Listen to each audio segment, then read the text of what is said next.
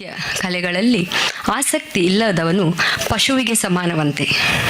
ಇಲ್ಲಿ ನೆರೆದಿರುವ ಎಲ್ಲ ಕಲಾಭಿಮಾನಿಗಳಿಗೂ ನಮ್ಮ ಸುಶ್ರಾವ್ಯ ಅಕಾಡೆಮಿ ಫಾರ್ ಮ್ಯೂಸಿಕ್ ಸಂಸ್ಥೆಯ ವತಿಯಿಂದ ಆದರದ ಸ್ವಾಗತವನ್ನು ಕೋರುತ್ತಿದ್ದೇನೆ.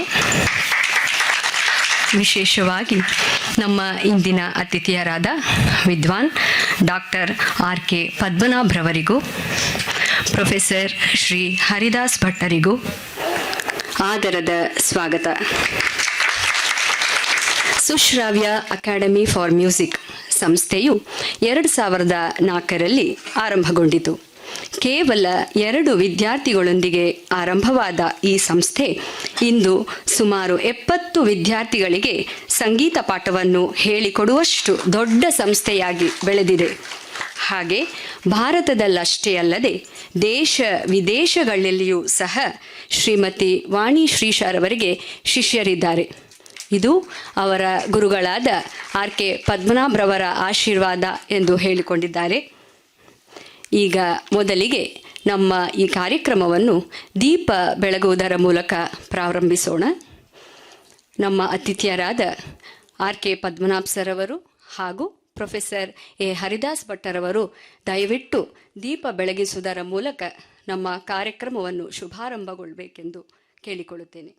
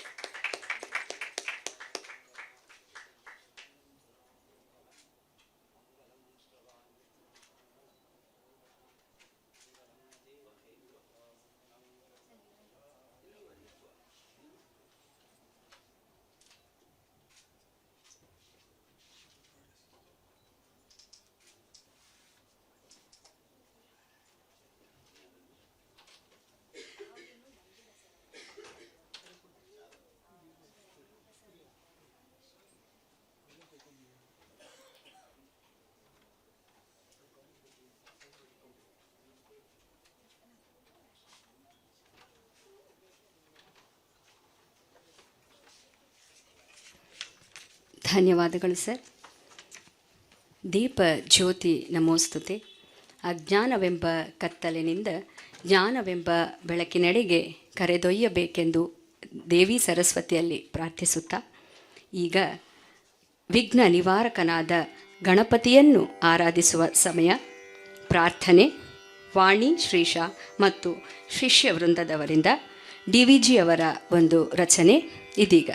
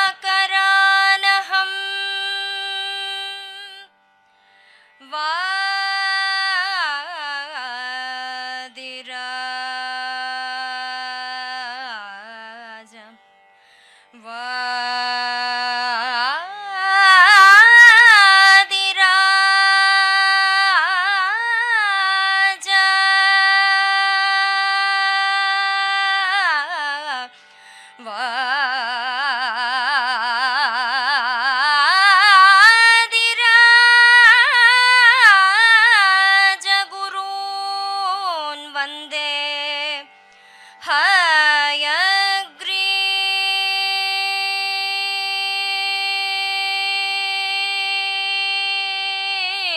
ಹಯಗ್ರೀವ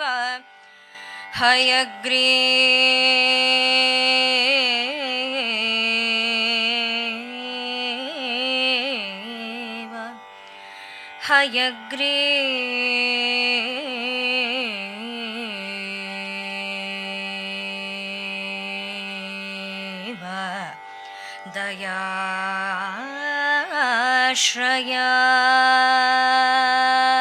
ದಯಾಶ್ರಯಾನ್ ಹಯಗ್ರೀವ ದಯಾಶ್ರಯಾ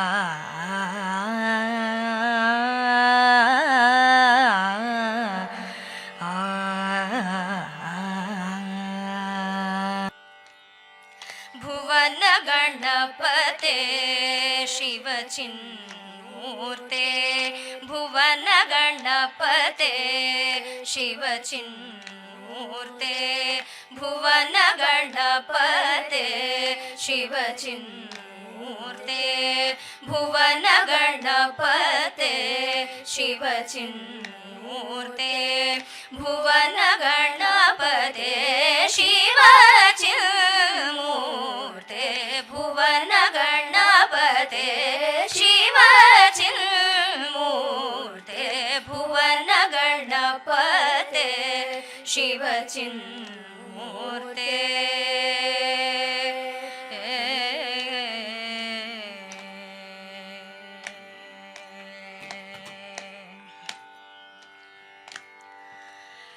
ಅವಿರತ ದೈವತ ಪೌರುಷ ಶಕ್ತೆ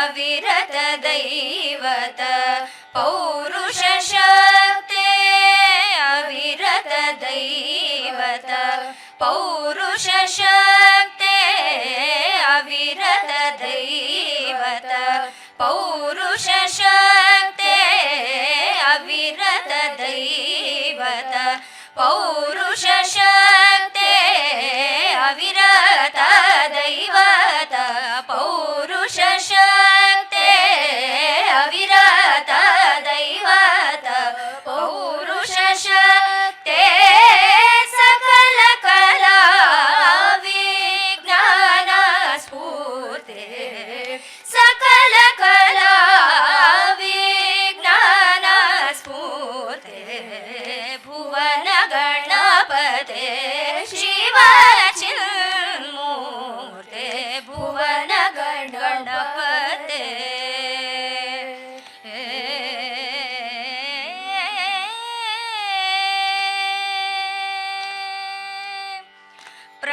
ಪ್ರಣವೋಚ್ಚಾರ ವಿಚಕ್ಷಣ ವಾರಣ ಪ್ರಣವೋಚ್ಚಾರ ವಿಚಕ್ಷಣ ವಾರಣ ಪ್ರಣವೋಚ್ಚಾರ ವಿಚಕ್ಷಣ ವಾರಣ ಪ್ರಣವೋಚ್ಚಾರ ವಿಚಕ್ಷಣ ವಾರಣ ವದನ ಪ್ರಕಟಿತ ಪರಮಾರ್ಥ ಗುರೋ ವದನ ಪ್ರಕಟಿತ ಪರಮಾರ್ಥ ಗುರೋ ನರ್ತಿಪುರೆನ್ನಯ ಮಾನಸರಂಗದಿ ತತ್ವ ನಿರೂಪಕ ನಾಟವನ ನಿಶಂ ನರ್ತಿಪುರೆನ್ನಯ ಮಾನಸರಂಗದಿ ತತ್ವ ನಿರೂಪಕ ನಾಟವನ ನಿಶಂ ನರ್ತಿಪುರೆನ್ನಯ ಮಾನಸರಂಗದಿ ತತ್ವ ನಿರೂಪಕ ನಾಟವನ ನಿಶಂ ನರ್ತಿಪುರೆನ್ನಯ ಮಾನಸರಂಗದಿ ತತ್ವ ನಿರೂಪಕ ನಾಟವನ ನಿಶಂ ನರ್ತಿಪುರೆನ್ನಯ ಮಾನಸರಂಗದಿ ತತ್ವ ತತ್ವನಿರೂಪಕ ನಾಟವನ ನಿಶಂ ನರ್ತಿಪುದೆನ್ನಯ ಮಾನಸರಂಗದಿ ತತ್ವನಿರೂಪಕ ನಾಟವನ ನಿಶಂ ನರ್ತಿಪುದೆನ್ನಯ ಮಾನಸರಂಗದಿ ತತ್ವನಿರೂಪಕ ನಾಟವನ ನಿಶಂ ಪಪ್ಪ ಮಮ ಪ ಮಮ ಪ ಮತ ಝಣು ತ ಝಣು ಝಣು ಮಗ ಮ ಪ ಮ ಪದ ಕುಂದರಿ ಕಿಟ ತಕ ಪ ಮತ ಝಂ ಝಣು ತ ಮರಿ ಸನಿ ತ ಝಂ ಮಗ ಮತ ಝಣು ಝಣು ಗ ಮ ಪ ನಿ ಸ ತದ್ಧಿಮಿ ತಧಿಮಿ ಪ ಪ ಮರಿ ಮರಿ ಸ ಧಿಮಿ ಧಿಮಿ ಝಣು ಝಣು ತ ಕುಗಣ ಧಿಕ್ ತಳಾಂಗು ಮರಿ ಸ ತಧೀಂ ಧೀಂ ತಧಿಮಿ ತೋ ಪ ಮರಿ ತ ಝಂ ತದಿಗಿಣ ತುಂ ಭುವನ ಗಣಪತೆ ಪ ಮಮ ಪ ಮಮ ಪ ಮತ ಝಣು ತ ಝಣು ಝಣು ಮಗ ಮ ಪ ಮ ಪತ ಕುಂದರಿ ಕಿಟ ತಕ ಪ ಮತ ಝಂ ಝಣು ತ ಮರಿ ಸನಿ ತ ಝಂ ಮಗ ಮತ ಝಣು ಝಣು ಗ ಮ ಪ ನಿ ಸ ತದ್ಧಿಮಿ ತಧಿಮಿ ಪ ಪ ಮರಿ ಮರಿ ಸ ಧಿಮಿ ಧಿಮಿ ಝಣು ಝಣು ತ ಕುಗಣ ಧಿಕ್ ತಳಾಂಗು ಮರಿ ಸ ತಧೀಂ ಧೀಂ ತಧಿಮಿ ತೋ ಪ ಮರಿ ತ ಝಂ ತದಿಗಿಣ ತುಂ ಭುವನ ಗಣಪತೆ ಶಿವ ಚಿನ್ಮೂರ್ತೆ ಭುವನ ಗಣಪತೆ ಶಿವ ಚಿನ್ಮೂರ್ತೆ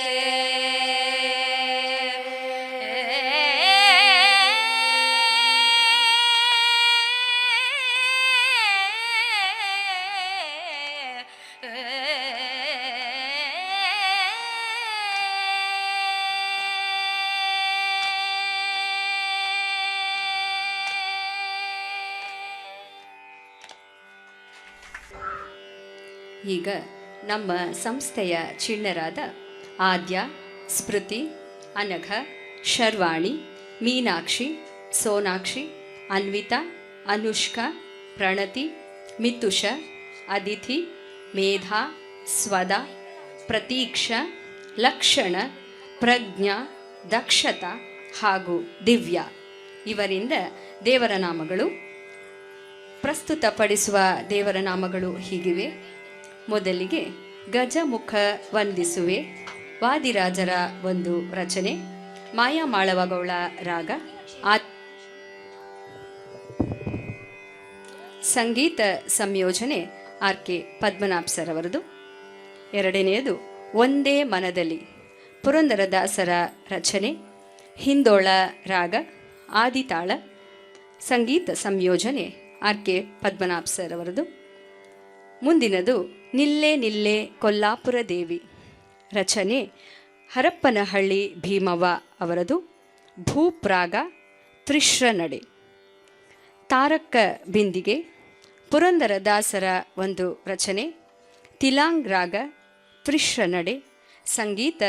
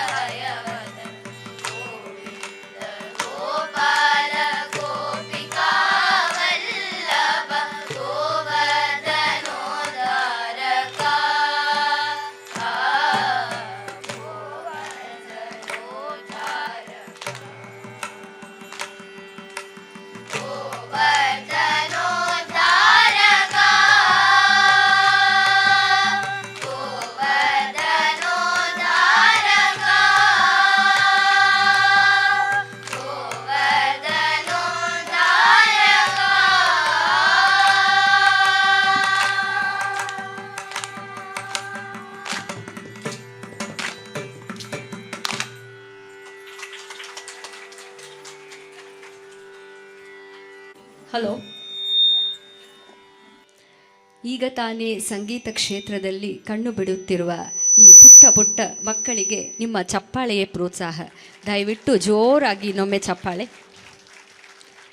ಈ ಪುಟ್ಟ ಮಕ್ಕಳಿಗೆ ನಮ್ಮ ಸಂಸ್ಥೆಯ ವತಿಯಿಂದ ಕಿರು ಕಾಣಿಕೆಯನ್ನು ನೀಡಬೇಕೆಂದು ನಮ್ಮ ಅತಿಥಿಯರಾದ ಆರ್ ಕೆ ಪದ್ಮನಾಭ್ ಸರ್ ಅವರಿಗೂ ಹಾಗೂ ಪ್ರೊಫೆಸರ್ ಹರಿದಾಸ್ ಭಟ್ಟರ್ ಅವರಿಗೂ ವಿನಂತಿಸಿಕೊಳ್ಳುತ್ತಿದ್ದೇನೆ. ದಯವಿಟ್ಟು ವೇದಿಕೆಗೆ ಬಂದು ಮಕ್ಕಳಿಗೆ ಕಾಣಿಕೆಗಳನ್ನು ಕೊಡಬೇಕೆಂದು ಕೇಳಿಕೊಳ್ಳುತ್ತೇನೆ.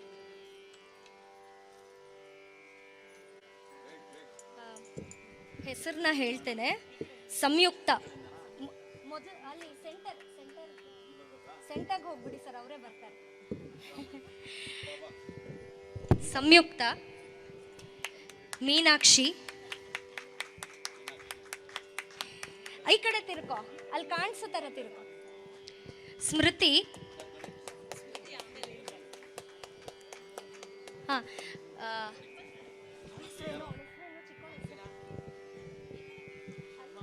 ಶರ್ವಾಣಿ,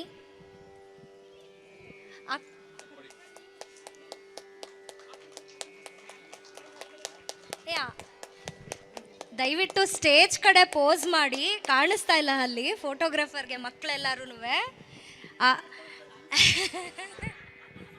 ಅನ್ವಿತಾ,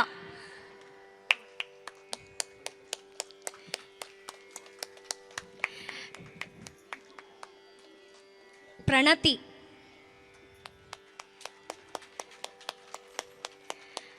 ಅನಘ,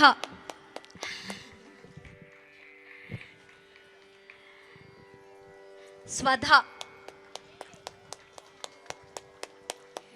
ಲಕ್ಷಣ,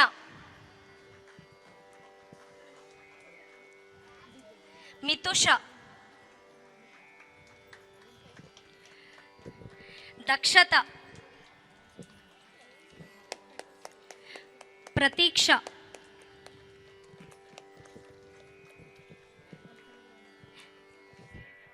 ಅನುಷ್ಕಾ, ಅದಿತಿ,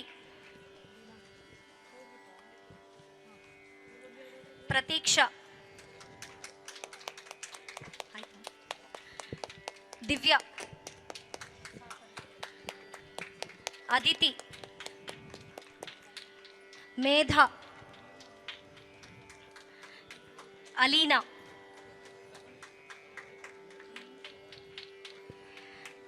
ಸೋನಾಕ್ಷಿ, ಪ್ರಜ್ಞಾ,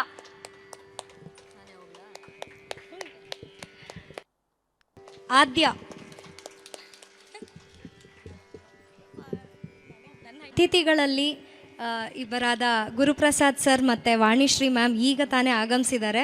ಅವ್ರಿಗೆ ಆತ್ಮೀಯವಾದ ಸ್ವಾಗತವನ್ನು ನಾವು ಕೋರ್ತಾ ಇದ್ದೇವೆ. ಶ್ರೀಕೃಷ್ಣನ ಪ್ರಿಯವಾದ ವಾದ್ಯ ಕೊಳಲು.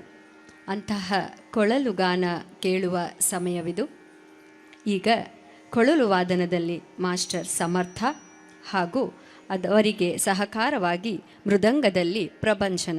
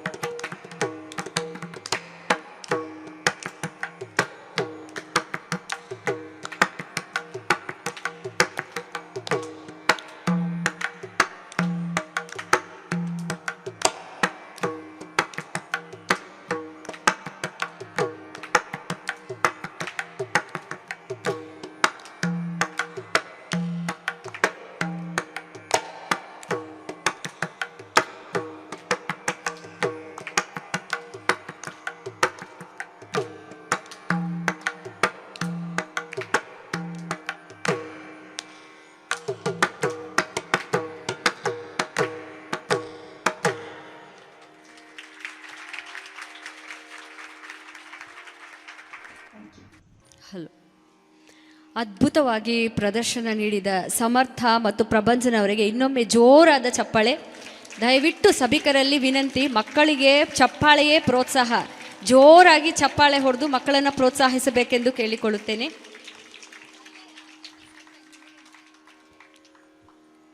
ಇಬ್ಬರಿಗೂ ಕಿರು ಕಾಣಿಕೆ ಗುರುಗಳಾದ ಆರ್.ಕೆ. ಪದ್ಮನಾಭ್ ಸರ್ ಅವರಿಂದ.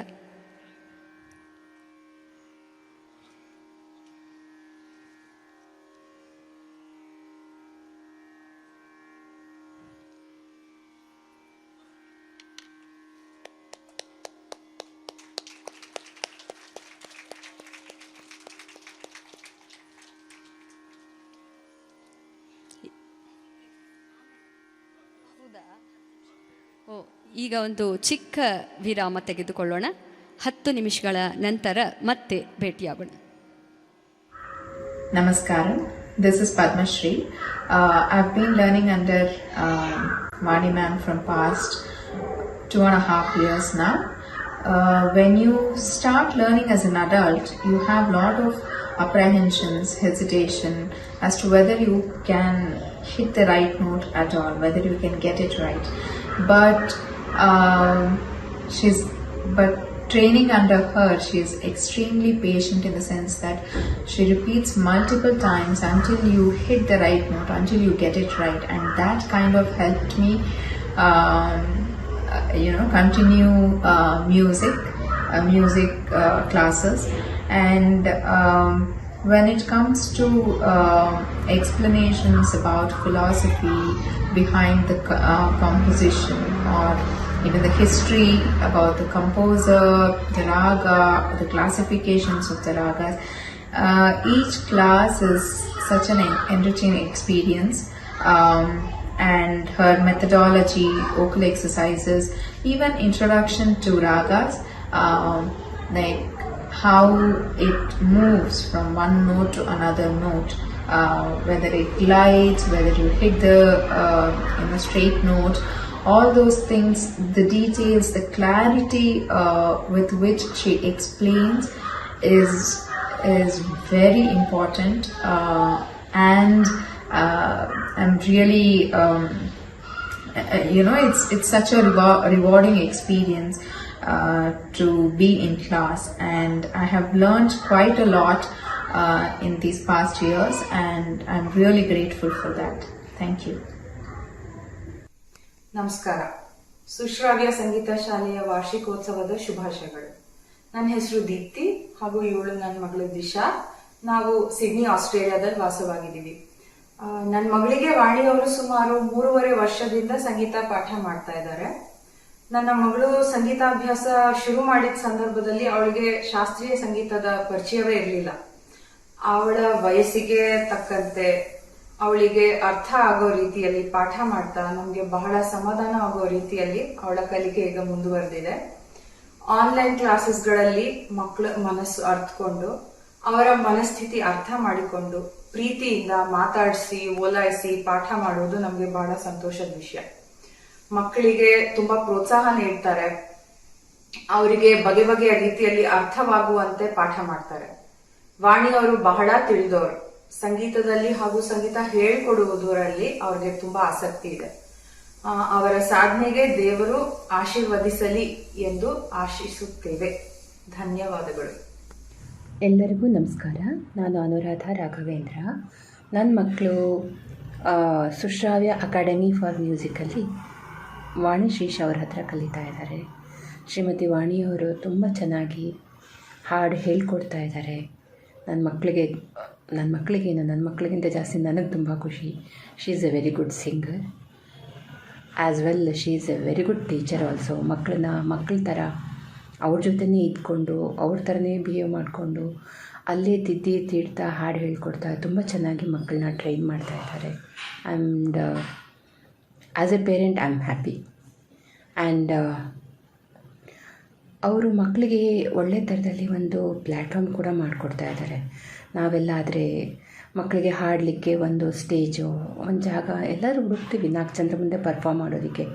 ಫ್ಯಾಮಿಲಿ ಸರ್ಕಲಲ್ಲಿ ಮಾಡೋದು ಬೇರೆ, ಬಟ್ ಒಂದು 4 ಜನರ ಮುಂದೆ, ಹೊಸಬ್ರ ಮುಂದೆ ಅವರು ಪರ್ಫಾರ್ಮ್ ಮಾಡಬೇಕು ಅಂದರೆ ಸ್ಟೇಜ್ ಹುಡುಕಬೇಕಾಗತ್ತೆ. ಬಟ್ ಇಲ್ಲಿ ವಾಣಿಯವರು ತುಂಬ ಚೆನ್ನಾಗಿ ಮಕ್ಕಳಿಗೆ ಒಂದು ಆಪರ್ಚುನಿಟೀಸ್ ಕ್ರಿಯೇಟ್ ಮಾಡಿಕೊಡ್ತಾ ಇದ್ದಾರೆ.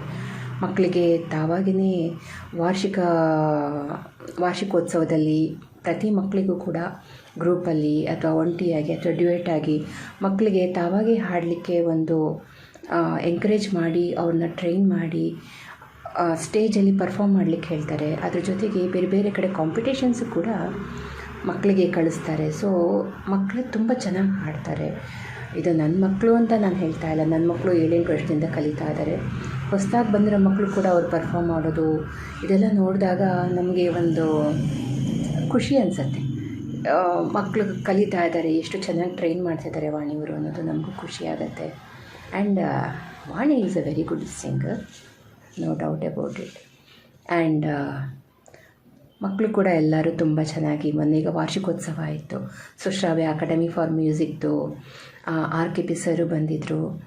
ಹಾಗೆ ಸುಮಾರಷ್ಟು ಗೆಸ್ಟ್ಗಳನ್ನೆಲ್ಲ ಕರೆಸಿದ್ರು. ಎಲ್ಲರೂ ಕೂಡ ಅದೇ ಹೇಳ್ತಿದ್ರು, ಮಕ್ಕಳು ಚೆನ್ನಾಗಿ ಹಾಡಿದರು. ಅದ್ರ ಜೊತೆಗೆ ನಮಗೆ ಎಷ್ಟೊಂದು ಹೊಸ ಹೊಸ ವಿಷಯಗಳು ಕೂಡ ಕಲಿಯೋದಕ್ಕಾಯಿತು ಅಲ್ಲಿ. ಹಾಗೆ ವರ್ಷದಲ್ಲಿ 1-2 ಸತಿ ಸುಮಾರು ನಮ್ಮ ಮ್ಯೂಸಿಕ್ ಕ್ಲಾಸಲ್ಲಿ ವರ್ಕ್ಶಾಪ್ಸ್ ಇಡ್ತಾರೆ ಮಕ್ಕಳಿಗೆ. ಸೊ ಅದು ಕೂಡ ಎಲ್ಲ ಹೆಲ್ಪ್ ಆಗ್ತಿದೆ. ಮಕ್ಕಳು ಮುಂದೆ ಹೋಗಬೇಕು, ಇದನ್ನು ಸೀರಿಯಸ್ ಆಗಿ ಮ್ಯೂಸಿಕನ್ನು ಸೀರಿಯಸ್ ಆಗಿ ತೊಗೊಳ್ಬೇಕು ಅನ್ನೋರಿಗೂ ಕೂಡ ಇದೆಲ್ಲ ತುಂಬ ಹೆಲ್ಪ್ ಆಗುತ್ತೆ.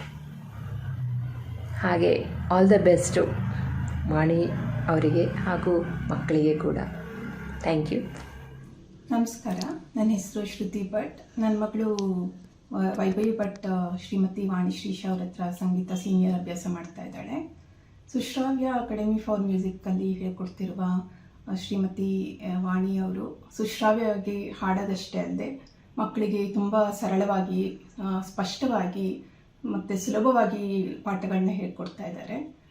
ಅವರು ಈ ಮಕ್ಕಳನ್ನು ತರಬೇತಿ ನಡೆಯೋದ್ರಲ್ಲಿ ಒಂಥರ ಎತ್ತಿದ ಕೈ ಅಂತ ಹೇಳಿದ್ರು ತಪ್ಪಾಗಲಾರದು. ಈ ಮಕ್ಕಳು ಈಗ ಚೆನ್ನಾಗಿ ಸ್ಟೇಜ್ ಪರ್ಫಾರ್ಮೆನ್ಸ್ ಕೊಡೋಕ್ಕೆ ಸಾಧ್ಯ ಆಗ್ತಾಯಿದೆ. ಇದೆಲ್ಲದರ ಹಿಂದೆ ಇರುವ ಶ್ರೀಮತಿ ವಾಣಿ ಅವ್ರಿಗೆ ನಾನು ಧನ್ಯವಾದಗಳನ್ನ ಖಂಡಿತ ಹೇಳಲೇಬೇಕು. ಅವರು ನನ್ನ ಮಗಳಿಗೆ ಹೇಳ್ಕೊಡೋಕ್ಕೆ ಶುರು ಮಾಡಿದಾಗ ಬರೀ 3 ಮಕ್ಕಳು ಇರ್ತಿದ್ರು. ಈಗ ಸುಮಾರು 100 ಜನಕ್ಕೆ ತರಬೇತಿ ಕೊಡ್ತಾ ಇದ್ದಾರೆ. ಇದೊಂದು ದೊಡ್ಡ ಸಾಧನೆ ಅಂತ ಹೇಳೋಕ್ಕೆ ಇಷ್ಟಪಡ್ತೀನಿ. ಯಾಕಂದರೆ ಅದು ನಿಜವಾಗ್ಲೂ ಸುಲಭದ ಮಾತಲ್ಲ. ಈಗ ಮಕ್ಕಳು ಅವ್ರಿಗೆ ಎಷ್ಟೊಂದು ನಮ್ಮ ದೇಶದಲ್ಲಿ ಅಷ್ಟೇ ಅಲ್ಲ, ವಿದೇಶಗಳು ಕೂಡ ವಿದ್ಯಾರ್ಥಿಗಳಿದ್ದಾರೆ, ಶಿಷ್ಯರು ಇದ್ದಾರೆ. ಎಲ್ಲನೂ ತುಂಬ ಚೆನ್ನಾಗಿ ತರಬೇತಿ ಕೊಡ್ತಾ ಇದ್ದಾರೆ. ಮಕ್ಕಳಿಗೆ ಒಳ್ಳೆ ಪ್ರೋತ್ಸಾಹ ಕೊಡ್ತಾ ಇದ್ದಾರೆ. ಅವ್ರಿಗೆ ಸ್ಟೇಜ್ ಫಿಯರ್ ಇಲ್ಲದೆ ಕಾಂಪಿಟೇಷನಲ್ಲಿ ಹೇಗೆ ಪಾರ್ಟಿಸಿಪೇಟ್ ಮಾಡಬೇಕು ಅದಕ್ಕೆ ಬೇಕಾಗಿ ಟ್ರೈನಿಂಗ್ ಕೂಡ ಚೆನ್ನಾಗಿ ಕೊಡ್ತಾ ಇದ್ದಾರೆ. ಇದಕ್ಕೆ ನಾನು ಧನ್ಯವಾದನ ಹೇಳ್ತೀನಿ. ಮತ್ತು ಇನ್ನೂ ಚೆನ್ನಾಗಿ ಈ ಸಂಸ್ಥೆ ಬೆಳೀಲಿ, ಮಕ್ಕಳಿಗೆ ಒಳ್ಳೆ ರೀತಿ ಇದೇ ರೀತಿ ಟ್ರೈನಿಂಗ್ ಕೊಡಲಿ, ಅದಕ್ಕೆ ಬೇಕಾಗಿದ್ದ ಆರೋಗ್ಯ ವಾಣಿಯವ್ರು ಕೂಡ ಕೊಡಲಿ ಅಂತ ಕೇಳಿಕೊಂಡು ನನ್ನ ಮಾತನ್ನು ಮುಗಿಸ್ತೀನಿ. ಎಲ್ಲರಿಗೂ ನಮಸ್ಕಾರ. ನನ್ನ ಹೆಸರು Rajani. Sushravya academy for musically ವಾಣಿ ಶ್ರೀಶಾ ಅವರ ಹತ್ತಿರ ನನ್ನ ಮಗಳು ಸಂಗೀತ ಅಭ್ಯಾಸ ಮಾಡುತ್ತಿದ್ದಾಳೆ. ವಾಣಿ ಶ್ರೀಶಾ ಅವರು ತುಂಬ ಚೆನ್ನಾಗಿ ಮಕ್ಕಳನ್ನು ತಯಾರು ಮಾಡಿದ್ದಾರೆ. ಅದರಲ್ಲೂ ನನ್ನ ಮಗಳು ಇವಾಗ ತುಂಬ ಚೆನ್ನಾಗಿ ಹಾಡು ಹೇಳುತ್ತಾಳೆ. ತುಂಬ ಚೆನ್ನಾಗಿ ಸಂಗೀತ ಪಾಠವನ್ನು, ಹಾಡುಗಳನ್ನು ಚೆನ್ನಾಗಿ ಹೇಳಿಕೊಡುತ್ತಿದ್ದಾರೆ. ಅದು ನನಗೆ ಒಂದು ಹೆಮ್ಮೆಯ ವಿಷಯ ಹಾಗೂ ಸಂತೋಷ ತಂದಿದೆ. ಧನ್ಯವಾದಗಳು. ನಮಸ್ಕಾರ, ನನ್ನ ಹೆಸರು ಶಶಿ ದೀಪಕ್. ನನ್ನ ಮಕ್ಕಳಾದ ಅದಿತಿ ಸೀನಿಯರ್ ವಿಭಾಗದಲ್ಲಿ ಹಾಗೂ ಪ್ರಣತಿ ಜೂನಿಯರ್ ವಿಭಾಗದಲ್ಲಿ ಶ್ರೀಮತಿ ವಾಣಿ ಶ್ರೀಶಾ ಅವರ ಬಳಿ ಕಳೆದ 1.5 ವರ್ಷಗಳಿಂದ ಸಂಗೀತವನ್ನು ಅಭ್ಯಾಸ ಮಾಡ್ತಾ ಇದ್ದಾರೆ. ವಾಣಿ ಮೇಡಮ್ ಅವರು ಮಕ್ಕಳಿಗೆ ಬಹಳ ಸುಲಭವಾಗಿ ಹಾಗೂ ಶ್ರುತಿಲಯಬದ್ಧವಾಗಿ ಸಂಗೀತವನ್ನು ಹೇಳಿಕೊಡೋದ್ರ ಜೊತೆಗೆ ಸಂಗೀತದ ಮಹತ್ವವನ್ನು ಮಕ್ಕಳಿಗೆ ಆಗಾಗ ತಿಳಿಸ್ಕೊಡ್ತಾ ಇರ್ತಾರೆ. ವಾಣಿ ಮೇಡಮ್ ಅವರು ಬರೀ ನಮ್ಮ ದೇಶದಲ್ಲಿ ಅಷ್ಟೇ ಅಲ್ಲದೆ ಹೊರದೇಶಗಳಲ್ಲಿಯೂ ಸಂಗೀತವನ್ನು ಆನ್ಲೈನ್ ಮುಖಾಂತರ ತರಬೇತಿ ನೀಡ್ತಾ ಇರೋದು ನಮಗೆಲ್ಲ ಬಹಳ ಹೆಮ್ಮೆಯ ವಿಷಯ ಅಂತ ಅನಿಸುತ್ತೆ. ಇವರು ಬರೀ ಪರೀಕ್ಷಾ ದೃಷ್ಟಿಯಿಂದ ಮಾತ್ರ ಮಕ್ಕಳಿಗೆ ಸಂಗೀತವನ್ನು ಹೇಳಿಕೊಡದೆ ಮಕ್ಕಳು ಹೇಗೆ ಸ್ಟೇಜ್ ಮೇಲೆ ಪರ್ಫಾರ್ಮ್ ಮಾಡಬೇಕು ಅನ್ನೋದನ್ನು ಅವರು ಮೊದಲಿನಿಂದಲೂ ತರಬೇತಿಯನ್ನು ಕೊಡ್ತಾರೆ. ಹಾಗೆ ಹಲವಾರು ಕಾಂಪಿಟೇಷನ್ಗಳಲ್ಲಿ ಮಕ್ಕಳನ್ನು ಭಾಗವಹಿಸುವಂತೆ ಪ್ರೋತ್ಸಾಹವನ್ನು ನೀಡುತ್ತಿರುತ್ತಾರೆ. ನನ್ನ ಮಗಳು ವಾಣಿ ಮೇಡಮ್ ಅವರ ಬಳಿ ಸಂಗೀತಕ್ಕೆ ಸೇರಿದಾಗಲಿಂದಲೂ ಅವಳು ಧೈರ್ಯವಾಗಿ ಹಲವಾರು ಸ್ಟೇಜ್ ಮೇಲೆ ಪರ್ಫಾರ್ಮೆನ್ಸನ್ನು ಕೊಟ್ಟು ಅವಳು ಹಲವಾರು ಬಹುಮಾನಗಳನ್ನು ಗೆದ್ದಿರುವುದು ನಮಗೆ ತುಂಬ ಖುಷಿಯಾಗಿದೆ. ಹಾಗೆ ಈ ಸುಶ್ರಾವ್ಯ ಅಕಾಡೆಮಿ ಫಾರ್ ಮ್ಯೂಸಿಕ್ನಲ್ಲಿ ನನ್ನ ಇಬ್ಬರು ಮಕ್ಕಳ ಜರ್ನಿ ಕಂಟಿನ್ಯೂ ಆಗಿ ವಾಣಿ ಮೇಡಮ್ ಅವರ ಆಶೀರ್ವಾದ ಸದಾ ಅವ್ರ ಮೇಲಿದ್ದು ನನ್ನ ಮಕ್ಕಳು ಸಂಗೀತ ಕ್ಷೇತ್ರದಲ್ಲಿ ಒಳ್ಳೆಯ ಸಾಧನೆಯನ್ನು ಮಾಡಬೇಕು ಅಂತ ನಾನು ಬಯಸ್ತೀನಿ. ಹಾಗೆ ಈ ಸುಶ್ರಾವ್ಯ ಅಕಾಡೆಮಿ ಫಾರ್ ಮ್ಯೂಸಿಕ್ ಸಂಸ್ಥೆಯು ಉನ್ನತ ಮಟ್ಟದಲ್ಲಿ ಸಾಧನೆಯನ್ನು ಮಾಡಬೇಕು ಅಂತ ನಾನು ಆ ದೇವರಲ್ಲಿ ಕೇಳ್ಕೊತೀನಿ. ಧನ್ಯವಾದಗಳು. ನಮಸ್ಕಾರ, ನನ್ನ ಹೆಸರು ಲತಾ ವಾದಿರಾಜ್. ನನ್ನ ಮಗಳು ಸ್ಮೃತಿ ಸುಶ್ರಾವ್ಯ ಅಕಾಡೆಮಿ ಫಾರ್ ಮ್ಯೂಸಿಕ್ಕಲ್ಲಿ 5 ವರ್ಷದಿಂದ ಸಂಗೀತ ಅಭ್ಯಾಸ ಮಾಡ್ತಾ ಇದ್ದಾಳೆ. ಅಲ್ಲಿ ಶ್ರೀಮತಿ ವಾಣಿ ಶ್ರೀಶಾ ಅವರು ತುಂಬ ಚೆನ್ನಾಗಿ ಹೇಳ್ಕೊಡ್ತಾ ಇದ್ದಾರೆ. ಅವರು ಎಷ್ಟು ಪ್ರೀತಿಯಿಂದ ಎಷ್ಟು ತಾಳ್ಮೆಯಿಂದ ಹೇಳ್ಕೊಡ್ತಾ ಇದ್ದಾರೆ ಅಂದರೆ ಮಕ್ಕಳು ತುಂಬ ಖುಷಿಯಾಗಿ ಅಷ್ಟು ಶ್ರದ್ಧೆಯಿಂದ ಕಲಿತಾ ಇದ್ದಾರೆ. ಸಂಗೀತ ಕ್ಲಾಸ್ ಇದೆ ಅಂತಂದರೆ ಮಕ್ಕಳೇ ಇಂಟ್ರೆಸ್ಟ್ ತೋರಿಸಿ ಹೋಗ್ತಾರೆ, ಅಷ್ಟು ಚೆನ್ನಾಗಿದೆ. ಬರೀ ಸಂಗೀತ ಅಭ್ಯಾಸ ಅಷ್ಟೇ ಅಲ್ಲದೆ ಅವರಿಗೆ ಅದು ಥಿಯರಿ ಆಗಿ ಹೇಗೆ ಅರ್ಥ ಮಾಡ್ಕೊಬೇಕು ಅದನ್ನು ಕೂಡ ಹೇಳ್ಕೊಡ್ತಾ ಇದ್ದಾರೆ. ಆಮೇಲೆ ಪ್ರತಿ ವರ್ಷ ಇದರಿಂದ ಸಂಸ್ಥೆ ಕಡೆಯಿಂದ ವಾರ್ಷಿಕೋತ್ಸವ ಮಾಡೋದು ಆಗಲಿ, ಆರಾಧನೆಗಳನ್ನು ಮಾಡಿ ಈ ಥರ ಎಲ್ಲ ಮಾಡಿ ಮಕ್ಕಳಿಗೆ ಒಂದು ಸ್ಟೇಜ್ ಕೂಡ ಮಾಡಿಕೊಡ್ತಾ ಇದ್ದಾರೆ. ಇದರಿಂದ ಮಕ್ಕಳಿಗೆ ಒಂದು ಸ್ಟೇಜ್ ಫಿಯರ್ ಕೂಡ ಹೋಗುತ್ತೆ, ಅದ್ರ ಜೊತೆಗೆ ಅವ್ರಿಗೊಂದು ಕಾನ್ಫಿಡೆನ್ಸ್ ಕೂಡ ಬರುತ್ತೆ. ಈ ಥರ ತುಂಬ ಚೆನ್ನಾಗಿ ಹೇಳ್ಕೊಡ್ತಾ ಇದ್ದಾರೆ. ನನಗಂತೂ ಮಕ್ಕಳು ಕಲಿತಾ ಇರೋದು ತುಂಬ ಖುಷಿ ಆಗ್ತಾ ಇದೆ. ದಿನ ದಿನಕ್ಕೆ ಮಕ್ಕಳ ಸಂಖ್ಯೆ ಕೂಡ ಜಾಸ್ತಿ ಆಗ್ತಾ ಇದೆ. ದೇವರಿಗೆ ಒಳ್ಳೆಯ ಆರೋಗ್ಯ ಕೊಟ್ಟು ಕಾಪಾಡಲಿ, ಅವರ ಸಂಸ್ಥೆ ಇನ್ನೂ ಚೆನ್ನಾಗಿ ಬೆಳೀಲಿ ಅಂತ ನಾನು ದೇವರಲ್ಲಿ ಪ್ರಾರ್ಥಿಸ್ತೀನಿ. ನಮಸ್ಕಾರ. ಹರೇ ಶ್ರೀನಿವಾಸ. ಎಲ್ಲರಿಗೂ ಹೊಸ ವರ್ಷದ ಶುಭಾಶಯಗಳು. ನನ್ನ ಹೆಸರು ಕುಶೇನ್. ನನ್ನ ಮಗಳಿನ ಹೆಸರು ಕೀರ್ತನ. ನಾನು ನನ್ನ ಮಗಳನ್ನು ಸುಶ್ರಾವ್ಯ ಅಕಾಡೆಮಿಗೆ ಸೇರಿಸಿ 4 ವರ್ಷಗಳಾಯಿತು. ನನ್ನ ಮಗಳು ಅಲ್ಲಿ ಸೇರಿದ ಮೇಲೆ ವಾಣಿ ಮೇಡಮ್ ಟೀಚಿಂಗಲ್ಲಿ ಗೈಡೆನ್ಸಲ್ಲಿ ತುಂಬ ಇಂಪ್ರೂವ್ ಆಗಿದ್ದಾಳೆ. ನನಗೆ ವಾಣಿ ಮೇಡಮ್ ಮಕ್ಕಳಿಗೆ ಟೀಚಿಂಗ್ ಮಾಡೋ ವಿಧಾನ ತುಂಬ ಇಷ್ಟ ಆಯಿತು. ಅವರು ಆಫ್ಲೈನ್ ಆಗಲಿ ಆನ್ಲೈನ್ ಆಗಲಿ ತುಂಬ ಪೇಷನ್ಸಿಂದ ಮಕ್ಕಳಿಗೆ ಪರ್ಫೆಕ್ಟಾಗಿ ಹಾಡು ಬರೋವರೆಗೂ ಹೇಳಿಸ್ಕೊಡ್ತಾರೆ. ಅವರ ಆಶೀರ್ವಾದ ಸದಾ ಹೀಗೆ ನನ್ನ ಮಗಳ ಮೇಲೆ ಇರಬೇಕು ಅಂತ ಆಶಿಸುತ್ತೀನಿ. I am very happy to have such a wonderful teacher to my daughter. Thank you for everything ma'am. Thank you. Namaste. My name is Sheetal. I am from Bangalore. I have 2 daughters, Anagha 9 years and Sharvani 7 years. It's been 2 years they have learning music from Vani ma'am. She is an excellent music teacher who has a very strong base in Carnatic music. She is very understanding, approachable and dedicated with lot of patience. She puts efforts to each of the kids individually and tries to bring the best in them. She is patient enough to make the students repeat the lessons n number of times until they are very perfect in that particular lesson. She also organizes many music concerts which helps in improving music knowledge among the students. As a parent, I can see very good improvement in my daughter's singing capabilities. We all look up to you as a great guru. Thank you, Vani ma'am, for everything. ಎಲ್ಲರಿಗೂ ನಮಸ್ಕಾರ.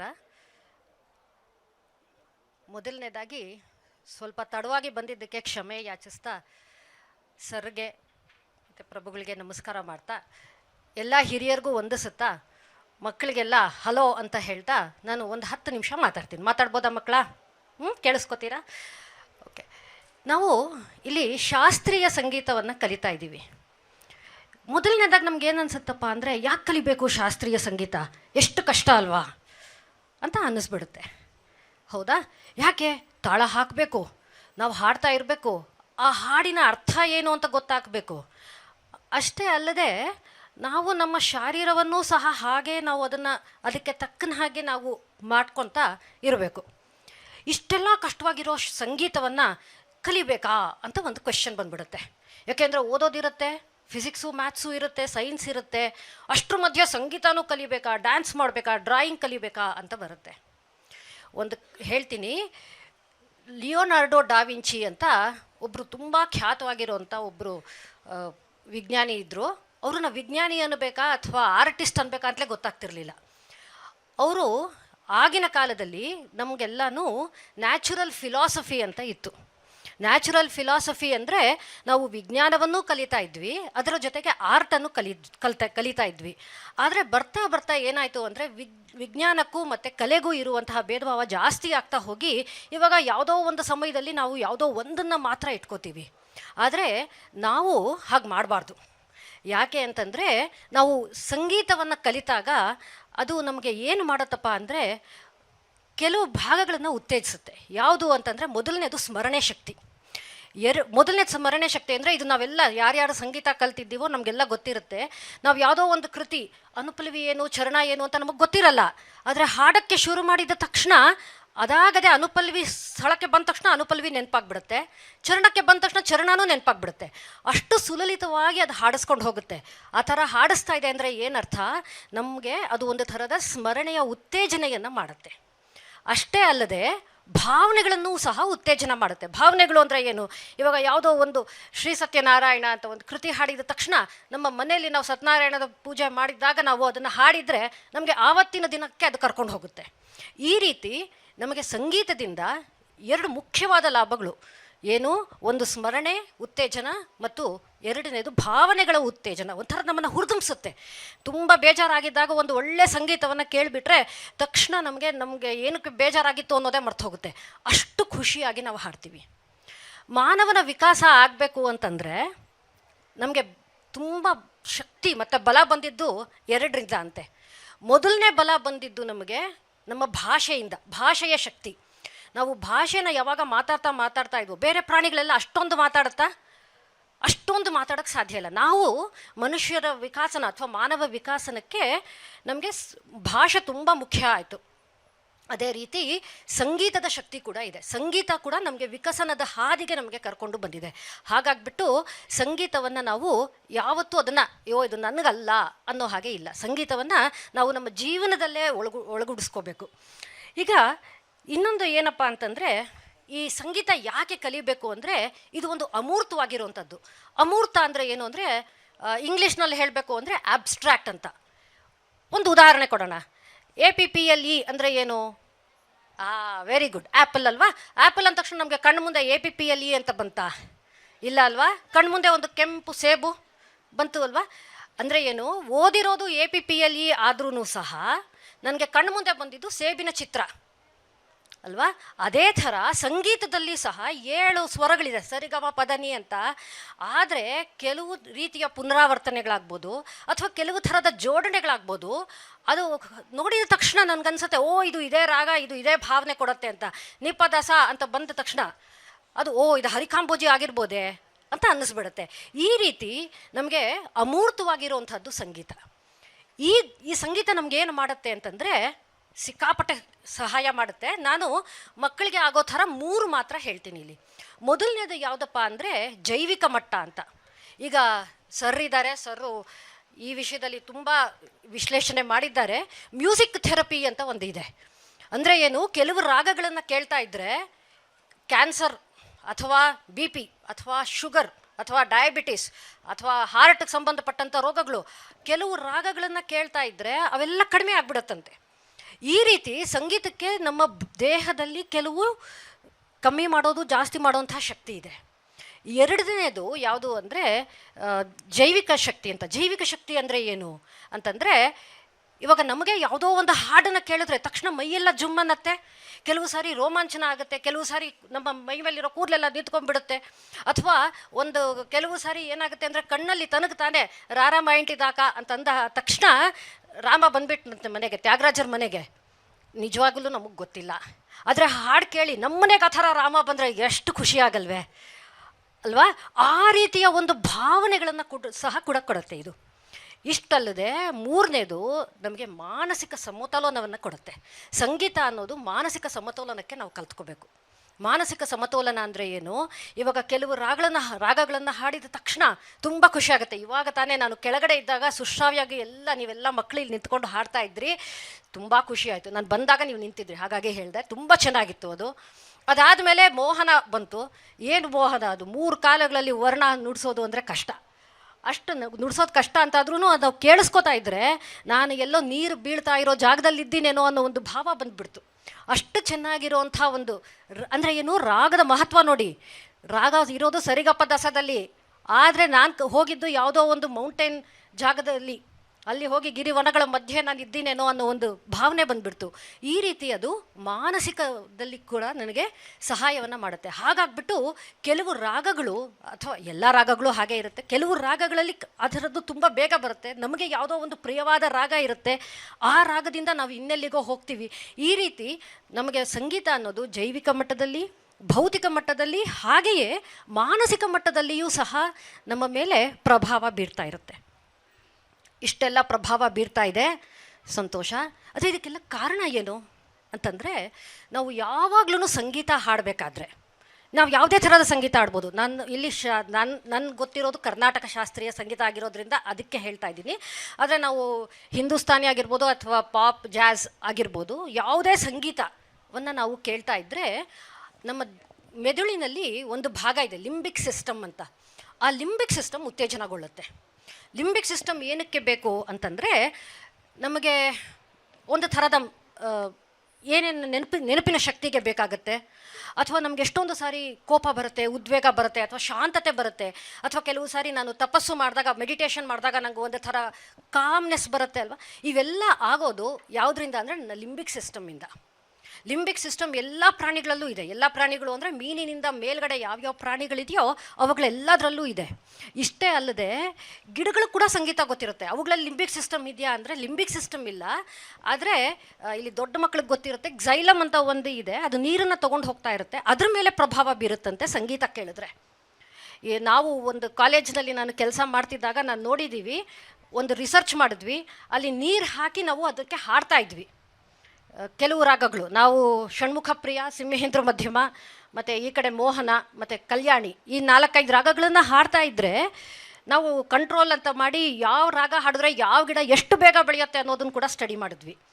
ಈ ರೀತಿ ಸಂಗೀತ ಹಾಡ್ತಾ ಇದ್ದರೆ ಗಿಡಗಳು ಕೂಡ ಕೇಳಿ ಆನಂದಿಸುತ್ತೆ, ಪಶು ಪ್ರಾಣಿಗಳು ಕೂಡ ಕೇಳಿ ಆನಂದಿಸುತ್ತೆ, ನಾವು ಕೂಡ ಆನಂದಿಸ್ತೀವಿ. ಯಾಕೆ ಅಂದರೆ ನಮ್ಮಲ್ಲೆಲ್ಲರಲ್ಲೂ ಆ ಲಿಂಬಿಕ್ ಸಿಸ್ಟಮ್ ಅನ್ನೋದು ಒಂದಿದೆ. ಆ ಲಿಂಬಿಕ್ ಸಿಸ್ಟಮ್ ಏನು ಮಾಡುತ್ತೆ ಅಂದರೆ, ನಮ್ಮ ಬ್ರೈನಿನ ಕೆಳಗಡೆ ಭಾಗದಲ್ಲಿ ಮೆಡುಲ್ಲಾ ಅಂತ ಒಂದು ಜಾಗ ಇದೆ. ಆ ಮೆಡುಲ್ಲಾ ಜಾಗವನ್ನು ತುಂಬ ಚೆನ್ನಾಗಿ ಕಂಟ್ರೋಲ್ ಮಾಡುತ್ತೆ. ಮೆಡುಲ್ಲಾ ಏನಕ್ಕೆ ಬೇಕು ಅಂತಂದರೆ, ನಮ್ಮಲ್ಲಿ ಹಾರ್ಟ್ ಬೀಟ್ಗೆ, ನಾನು ಉಸಿರಾಡೋ ರೀತಿ, ವೇಗ, ಅದಕ್ಕೆಲ್ಲನೂ ತುಂಬ ಸಹಾಯ ಮಾಡುತ್ತೆ. ಹಾಗಾಗ್ಬಿಟ್ಟು ಒಳ್ಳೆ ಸಂಗೀತವನ್ನು ಕೇಳಿದ್ರೆ ನಾನು ಮೆಡಿಟೇಷನ್ ಮಾಡಿದಾಗ ನನಗೆ ಏನು ಎಫೆಕ್ಟ್ಸ್ ಬರುತ್ತೋ ಅದೇ ಥರದ ಎಫೆಕ್ಟ್ಸು ಅದರಲ್ಲೂ ಸಹ ಬರುತ್ತೆ. ಅಷ್ಟೇ ಅಲ್ಲ, ನನ್ನ ಲಿಂಬಿಕ್ ಸಿಸ್ಟಮ್ ಏನು ಮಾಡುತ್ತೆ ಅಂತಂದರೆ, ಈ ನಮ್ಮ ಕಿವಿಯ ಹಿಂಭಾಗದಲ್ಲಿ ಕೆಲವು ಭಾಗಗಳಿದೆ ಮೆದುಳಲ್ಲಿ, ಅದನ್ನು ಟೆಂಪೋರಲ್ ಲೋಬ್ಸ್ ಅಂತ ಕರಿತೀವಿ. ಅದಕ್ಕೆ ಅಟ್ಯಾಚ್ ಆಗಿರೋದ್ರಿಂದ ಏನಾಗುತ್ತಪ್ಪ ಅಂದರೆ, ನನಗೆ ಶ್ರವಣ ತುಂಬ ಚೆನ್ನಾಗಿ ಗೊತ್ತಾಗುತ್ತೆ, ಶ್ರವಣ ಶಕ್ತಿ ಜಾಸ್ತಿ ಆಗುತ್ತೆ. ಬರೀ ಶ್ರವಣ ಶಕ್ತಿ ಅಲ್ಲ, ಅಲ್ಲಿಂದ ಮುಂದಕ್ಕೆ ಏನಾಗುತ್ತೆ ಅಂತಂದರೆ, ಅದಷ್ಟೇ ಅಲ್ಲ, ನಾನು ಮುಂದೆ ಏನು ಯೋಚನೆ ಮಾಡಬೇಕು ಅನ್ನೋದ್ರ ಬಗ್ಗೆನೂ ಸಹ ಸಹಾಯ ಮಾಡುತ್ತೆ. ಹಾಗಾಗ್ಬಿಟ್ಟು ಒಳ್ಳೆಯ ಸಂಗೀತವನ್ನು ಕೇಳ್ತಾ ಇದ್ದರೆ ಆ ಜಾಗ ಉತ್ತೇಜನಗೊಂಡು ನನಗೆ ಮೆಮೊರಿ ಮತ್ತು ಇಂಟೆಲಿಜೆನ್ಸ್ ಜಾಸ್ತಿ ಆಗುತ್ತೆ. ಇಷ್ಟೇನಾ ಅಂದರೆ ಅಷ್ಟಕ್ಕೂ ನಿಲ್ಲಲ್ಲ. ಅಲ್ಲಿಂದ ಮುಂದೆ ಈ ಭಾಗದ ಮೆದುಳು ಬರುತ್ತೆ. ಈ ಭಾಗದ ಮೆದುಳನ್ನು ನಾವು ಕಾರ್ಟೆಕ್ಸ್ ಅಂತ ಕರಿತೀವಿ. ಈ ಕಾರ್ಟೆಕ್ಸ್ ಏನು ಮಾಡುತ್ತೆ ಅಂತಂದರೆ, ಎಲ್ಲ ನಾವಿವಾಗ ಮ್ಯಾಥ್ಸಲ್ಲಿ 2 + 2 2 = 4 ಅಂತಂದರೆ 2 × 2 ಯಾಕೆ 4 ಆಗಬೇಕು ಅಂತೆಲ್ಲ ಪ್ರಶ್ನೆ ಮಾಡ್ತೀವಲ್ವ. ಅಥವಾ ಮನೆಯಲ್ಲಿ ಅಮ್ಮ ಹೇಳ್ತಾರೆ ಹೀಗೆ ಕೆಲಸ ಮಾಡಬೇಕು ಅಂತ, ನಾವು ತಕ್ಷಣ ಕೇಳ್ತೀವಲ್ಲ, ಯಾಕೆ ಹೀಗೆ ಮಾಡಬೇಕು, ನಾನು ಬೇರೆ ಥರ ಮಾಡ್ತೀವಿ ಅಂತೆಲ್ಲ ಕೇಳ್ತೀವಲ್ವ. ಆ ಥರ ಪ್ರಶ್ನಿಸೋ ಬುದ್ಧಿ, ಯಾಕೆ ಹೀಗೆ ಮಾಡಬಾರ್ದು, ಹಾಗೆ ಮಾಡಿದ್ರೆ ಏನಾಗುತ್ತೆ, ಆ ಥರ ಯೋಚನೆ ಮಾಡೋವಂಥ ಶಕ್ತಿಯನ್ನೂ ಸಹ ಆ ಸಂಗೀತದಿಂದ ಬರುತ್ತೆ. ಹಾಗಾಗ್ಬಿಟ್ಟು ಈ ಸಂಗೀತ ಕಲಿಯೋದು ಎಸ್ಪೆಷಲಿ ಚಿಕ್ಕ ವಯಸ್ಸಿನಲ್ಲಿ ತುಂಬ ತುಂಬ ಮುಖ್ಯ. ಹಾಗಂತ ದೊಡ್ಡವ್ರು ಕಲಿಬಾರ್ದು ಅಂತಲ್ಲ, ಯಾಕೆಂದರೆ ದೊಡ್ಡವರು ಕಲಿತಾ ಇದ್ದರೆ ಸಂಗೀತವನ್ನು ಅವರಿಗೆ ಆಯಸ್ಸು ಆರೋಗ್ಯ ಎರಡೂ ಜಾಸ್ತಿ ಆಗಿಬಿಡುತ್ತೆ. ಲಾಂಗಿವಿಟಿ ಜೀನ್ಸ್ ಅಂತ ಅದ್ರ ಮೇಲೆ ಸ್ಟಡಿ ಮಾಡಿದ್ದಾರೆ, ಪೀರಿಯಡ್ ಜೀನ್ಸ್ ಅಂತ ಕರೀತಾರೆ ಅದನ್ನು. ಸಂಗೀತ ಕೇಳ್ತಾ ಇರೋದ್ರಿಂದ ಪೀರಿಯಡ್ ಜೀನ್ಸ್ ಸಿಕ್ಕಾಪಟ್ಟೆ ಆ್ಯಕ್ಟಿವೇಟ್ ಆಗಿ ನಮ್ಮ ಆಯಸ್ಸು ಆರೋಗ್ಯ ಮತ್ತು ಶಾಂತತೆ 3 ಜಾಸ್ತಿ ಆಗಿಬಿಡುತ್ತಂತೆ. ಹಾಗಾಗಿ ಇದಕ್ಕೆ ಬೆಸ್ಟ್ ಎಕ್ಸಾಂಪಲ್ ಅಂದರೆ ಬಿಥೋವೆನ್. ಅವ್ರ ಥರ ನಾವು 60 ವರ್ಷಕ್ಕೂ ಕಲಿಬೋದು, 70 ವರ್ಷಕ್ಕೂ ಕಲಿಬೋದು, ಅಥವಾ ಓ ಹೌದಾ, ಓ ಸರಿ. ಸೊ ಸರ್ರೇ ಇಲ್ಲಿದ್ದಾರೆ, ಹಾಗಾಗ್ಬಿಟ್ಟು ಜಾಸ್ತಿ ಹೇಳೋಕ್ಕೆ ಹೋಗಲ್ಲ. ಬಟ್ ಅವರು living example for music. So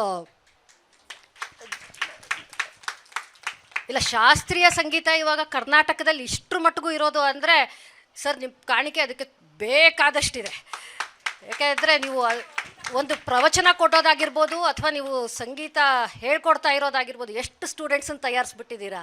ಒಳ್ಳೆ ಅದರಲ್ಲೇ ಗೊತ್ತಾಗುತ್ತೆ ಸಂಗೀತ ಇನ್ನು ಉಳಿದಿರೋದು ನಮ್ಮಲ್ಲಿ ಅಂದರೆ ನಿಮ್ಮಂಥವರ ಸಹಾಯದಿಂದ ಪ್ಲಸ್ ಆಶೀರ್ವಾದದಿಂದ. ನಮ್ಮೇಲೂ ಒಂದು ಸ್ವಲ್ಪ ಕರುಣೆ ಇರಲಿ ಅಂತ. ಸೊ ಇಷ್ಟೆಲ್ಲ ಆಯಿತು. ಇದ್ರ ಜೊತೆಗೆ ಇನ್ನೊಂದು ಮುಖ್ಯವಾಗಿ ಏನು ಅಂದರೆ ಒಂದು ಸ್ಕ್ಯಾನ್ ಮಾಡ್ತಾರೆ ಬ್ರೈನಲ್ಲಿ. ನರಗಳು ಹೇಗೆ ಒಂದು ನರ ಇನ್ನೊಂದು ನರದ ಜೊತೆ ಮಾತಾಡ್ತಾ ಇರುತ್ತೆ, ಅದ್ರ ಜೊತೆ ಹೇಗೆ ಸಂಬೋಧನೆ ಮಾಡ್ಕೋತಾ ಇದೆ ಅಂತ ಮಾತಾಡ್ಕೊಳ್ತಾ ಇದೆ ಅಂತ ಚೆಕ್ ಮಾಡೋಕ್ಕೆ ಒಂದು ಸ್ಕ್ಯಾನ್ ಮಾಡ್ತಾರೆ. ಅದನ್ನು MRI ಸ್ಕ್ಯಾನ್ ಅಂತ ಕರೀತಾರೆ. ಆ MRI ಸ್ಕ್ಯಾನ್ ಮಾಡಿದಾಗ ಯಾರು ಒಳ್ಳೆ ಸಂಗೀತ ನೋಡ್ತಾರೋ ಅವ್ರಿಗೆಲ್ಲನೂ ಆಲ್ಫಾ ವೇವ್ಸ್ ಅನ್ನೋ ಒಂದು ಗತಿ ಬರುತ್ತಂತೆ. ಆಲ್ಫಾ ವೇವ್ಸ್ ಅಂದರೆ ಏನು ಅಂದರೆ, ನಾವು ಡೀಪ್ ಮೆಡಿಟೇಷನ್ ಅಥವಾ ಒಳ್ಳೆ ನಿದ್ದೆ ಮಾಡಿ ಎದ್ದಾಗ ನಮಗೆ ಯಾವ ಥರ ಫೀಲಿಂಗ್ ಬರುತ್ತೋ, ಒಳ್ಳೆ ನಿದ್ದೆಲಿದ್ದಾಗ ಯಾವ ಥರದ ವೇವ್ಸ್ ಬರುತ್ತೋ ಅಲೆಗಳು, ಅದೇ ಥರದ ಅಲೆಗಳಿಂದ ಒಳ್ಳೆ ಸಂಗೀತ ಕೇಳಿದ್ರೆ ಬರುತ್ತಂತೆ. ಆದರೆ ಅದೇ ನಾವು ಏನಾದರೂ ತುಂಬ ಕೆಟ್ಟ ಸಂಗೀತ ಕೇಳ್ತಾ ಇದ್ದೀವಿ ಅಂತ ಇಟ್ಕೊಳ್ಳಿ, ಕೆಟ್ಟ ಸಂಗೀತ ಅಂತ ಯಾವುದೂ ಇಲ್ಲ. ನಾನು ಹೇಳ್ತಾ ಇರೋದು ಕೆಟ್ಟ ಸಂಗೀತ ಯಾವುದು ಅಂದರೆ ಮೇ ಬಿ ಶ್ರುತಿ ಸೇರ್ತಾ ಇಲ್ಲ ಅಥವಾ ತಾಳ ಬೇತಾಳ ಆಗಿರುತ್ತೆ. ಆ ಥರದ ಸಂಗೀತ ಕೇಳಿದಾಗ ತಕ್ಷಣ ನಮ್ಮ ಮೆದುಳು ಏನಾಗುತ್ತೆ ಅಂದರೆ ಆಲ್ಫಾ ವೇವ್ಸಿಂದ ತಕ್ಷಣ ಬೀಟಾ ವೇವ್ಸಿಗೆ ಬರುತ್ತೆ. ಅದು ಮೇ ಬಿ ಒಂದು 2-3 ಸೆಕೆಂಡ್ ಆಗಿರ್ಬೋದು, ಮತ್ತೆ ವಾಪಸ್ ಆಲ್ಫಾ ವೇವ್ಸಿಗೆ ಬರುತ್ತಂತೆ. ಅಂದರೆ ಏನರ್ಥ, ನಮಗೆ ಆ ಶ್ರುತಿಗೆ ಇಲ್ಲಿ ಬಂದ ತಕ್ಷಣ ಅಲ್ಲಿ ಮೇಡಮ್ ಓದ್ತಾ ಇದ್ದಿರಬೇಕಾದ್ರೆ ಹೆಸರುಗಳನ್ನು ಹಿಂದ್ಗಡೆ ಶ್ರುತಿ ಹಾಕಿದ್ರು, ಅದಕ್ಕೆ ಕರೆಕ್ಟಾಗಿ ನಮ್ಮ ಹೆಸರುಗಳೆಲ್ಲ ನಿಮ್ಮ ಹೆಸರುಗಳು ಎಲ್ಲ ಕೇಳ್ತಾ ಇದ್ದರೆ ನಮ್ಮ ದೇಹದ ಪೂರ್ತಿ ರಕ್ತ ಎಲ್ಲನೂ ಅದೇ ಲೆವೆಲ್ಗೆ ಸಿಂಕ್ರೊನೈಸ್ ಆಗಿಬಿಡುತ್ತೆ. ಆ ಥರದ ಎಫೆಕ್ಟನ್ನು ನಮ್ಮ ಶ್ರುತಿ ಆಗಲಿ ಅಥವಾ ತಾಳ ಲಯ ಇವೆರಡೂ ಸಹ ಕೊಡುತ್ತೆ. ಅದಕ್ಕೆ ನಮ್ಮಲ್ಲಿ ಶ್ರುತಿರ್ಮಾತ ಲಯಃಪಿತಾ ಅಂತ ಕರಿತೀವಿ. ಹಾಗಾಗ್ಬಿಟ್ಟು ಸಂಗೀತವನ್ನು, ಒಳ್ಳೆಯ ಸಂಗೀತವನ್ನು ನಾವು ಪ್ರಾಕ್ಟೀಸ್ ಮಾಡ್ತಾ ಇರಬೇಕು, ಕೇಳ್ತಾ ಇರಬೇಕು. ಆದರೆ ಸಂಗೀತ ಕಲಿಬೇಕು ಅಂದರೆ ಕೆಲವು ಅಂಶಗಳಿದೆ. ಗುರುಗಳಿದ್ದಾರೆ, ತಪ್ಪಾದರೆ ಕ್ಷಮಿಸಿ ಸರ್, ಹೇಳ್ತೀನಿ. ಸಂಗೀತ ಸರಿತಾದಲ್ಲಿ ನಾನು ಒಂದು ಕಥೆಯನ್ನು ಓದಿದ್ದೆ, ವೀಣೆ ಶೇಷಣ್ಣ ಮತ್ತು ಮೈಸೂರು ವಾಸುದೇವಾಚಾರ್ಯರ ಕಥೆ. ಒಮ್ಮೆ ವೀಣೆ ಶೇಷಣ್ಣ ಅವರು ಕೊಯಂಬತ್ತೂರಿನಲ್ಲಿ ಒಂದು ಕಚೇರಿ ಕೊಡ್ತಾರೆ. ತುಂಬ ಚೆನ್ನಾಗಿರುತ್ತೆ. ವೀಣೆ ಶೇಷಣ್ಣ ಅಂದರೆ ತುಂಬ ಚೆನ್ನಾಗಿ ಹಾಡ್ತಾಯಿದ್ರು, ಒಳ್ಳೆಯ ವಾಗ್ಗೇಯಕಾರರು. ಎಷ್ಟು ಚೆನ್ನಾಗಿ ಹಾಡ್ತಾಯಿದ್ರು ಅಂತಂದರೆ ಅಲ್ಲಿರೋ ಸಭಿಕರೆಲ್ಲ ವೀಣೆ ಪಿಟೀಲ್ ವೀಣೆ ನುಡಿಸ್ತಾಯಿದ್ರು. ಎಷ್ಟು ಚೆನ್ನಾಗಿ ನುಡಿಸ್ತಾಯಿದ್ರು ಅಂತಂದರೆ ಅಲ್ಲಿದ್ದವರೆಲ್ಲರೂ ಚಪ್ಪಾಳೆ ಹೊಡೆದು ಇಷ್ಟು ಒಳ್ಳೆಯ ಸಂಗೀತವನ್ನು ನಾವು ಯಾವತ್ತೂ ಕೇಳಿರಲಿಲ್ಲ ಅಂತ ಅಂದರು. ಅಲ್ಲಿ ಮೈಸೂರು ವಾಸುದೇವಾಚಾರ್ಯರು ಇದ್ದರು. ಮೈಸೂರು ವಾಸುದೇವಾಚಾರ್ಯರು ಅವಾಗಿನ್ನ ಅಷ್ಟು ಪ್ರಬುದ್ಧತೆಗೆ ಬಂದಿರಲಿಲ್ಲ, ಅವ್ರನ್ನ ಕಲಿತಾ ಇದ್ದರು. ಇವರು ನನ್ನ ಶಿಷ್ಯರು, ಇವರು ಹಾಡ್ತಾರೆ ಅಂತ ಒಂದು ಥರ ಹೇಳ್ತಾರೆ. ತಕ್ಷಣ ಸಿಕ್ಕಿದ್ದೇ ಚಾನ್ಸು ಅಂದ್ಬಿಟ್ಟು ಮೈಸೂರು ವಾಸುದೇವಾಚಾರ್ಯರು ಕೆಳಗಡೆ ಕೂತ್ಕೊಂಡು ಒಕಮಾಟ ಒಕಬಾಣಮು ಅಂತ ಒಂದು ಕೃತಿಯನ್ನು ಹಾಡ್ತಾರೆ. ಅದು ಎಷ್ಟು ಜೋರಾಗಿ ಹಾಡ್ತಾರೆ ಅಂದರೆ ಒಂದು ಸ್ವಲ್ಪ ತಪ್ಪುಗಳಾಗತ್ತೆ. ನಾವೆಲ್ಲ ಚಿಕ್ಕ ಮಕ್ಕಳಾಗಿದ್ದಾಗ ತಪ್ಪುಗಳು ಮಾಡ್ತೀವಿ, ಈಗಲೂ ಮಾಡ್ತಾ ಇರ್ತೀವಿ ಅಲ್ವೇ. ಹಾಗೆ ಅವರು ತಾಳವನ್ನು ಜೋರಾಗಿ ಹಾಕ್ಕೊಂಡು ಸಂಗೀತ ಸರಿತದಲ್ಲಿ ಹೇಳ್ತಾರೆ, ರಕ್ತ ಹೆಪ್ಪುಗಟ್ಟೋ ಥರ ತಾಳ ಹಾಕ್ಕೊಂಡು ತೊಡೆ ಮೇಲೆ ಹಾಡ್ತಾ ಇದ್ರು ಅಂತ. ಆ ರೀತಿ ಅವ್ರು ಹಾಡೋಕ್ಕೆ ಶುರು ಮಾಡಿದ್ರಂತೆ. ಅಲ್ಲಿದ್ದವರೆಲ್ಲರೂ ನಗಕ್ಕೆ ಶುರು ಮಾಡಿಬಿಟ್ರು. ಒಳ್ಳೆ ಸಂಗೀತ ಕೇಳ್ತಾ ಇದ್ದಾಗ ಸಡನ್ನಾಗಿ ಏನಾದರೂ ಒಂದು ಸ್ವಲ್ಪ ವ್ಯತ್ಯಾಸ ಆಯಿತು ಅಂದರೆ ಹೇಗೆ ನಗ್ತೀವಲ್ವ, ಹಾಗೆ ಅವರು ಪಾಪ ನಕ್ಬಿಟ್ರು. ಆದರೆ ತಕ್ಷಣ ಮೈಸೂರು ವಾಸುದೇವಾಚಾರ್ಯರಿಗೆ ಗೊತ್ತಾಯಿತು, ನನಗಿನ್ನ ಸಂಗೀತ ಅಷ್ಟೊಂದು ಬರಲ್ಲ ಅಂತ. ತಕ್ಷಣ ಅವ್ರು ಏನು ಮಾಡಿದ್ರು ಅಂದರೆ ಸಂಸ್ಕೃತದ ಶ್ಲೋಕವೊಂದನ್ನು ಅವರು ತುಂಬ ಚೆನ್ನಾಗಿ ಹಾಡಿಬಿಟ್ಟು ಕೆಳಗಡೆ ಇಳಿದ್ರಂತೆ. ಆಮೇಲೆ ವೀಣೆ ಶೇಷಣ್ಣ ಅವ್ರ ಕಾಲುಗಳಿಗೆ ನಮಸ್ಕರಿಸಿ, ನನಗೆ ಗೊತ್ತಾಯಿತು ಗುರುಗಳೇ, ನಾನು ಇವಾಗ ಏನು ತಪ್ಪು ಮಾಡಿದ್ದೀನಿ ಅಂತ. ಏನು ತಪ್ಪು ಮಾಡಿದ್ದೀನಿ ನಾನು ನನಗೆ ತುಂಬ ಚೆನ್ನಾಗಿ ಗೊತ್ತು ಅಂತ ಅಂದ್ಕೊಂಡ್ಬಿಟ್ಟೆ, ಇದೇ ತಪ್ಪು. ನನಗೆ ಒಂದು ಕೆಲಸ ಮಾಡಿ, ನೀವು ನನಗೆ ಏನಾದರೂ ಹೇಳ್ಕೊಡಿ, ನಾನು ಕಲಿತೀನಿ ಅಂತ ಅಂದ್ರಂತೆ. ಅವರು ಕೊಯಂಬತ್ತೂರಿನಿಂದ ಈ ಕಡೆ ವಾಪಸ್ ಬೆಂಗಳೂರಿಗೆ ಬರೋರಿದ್ದರು.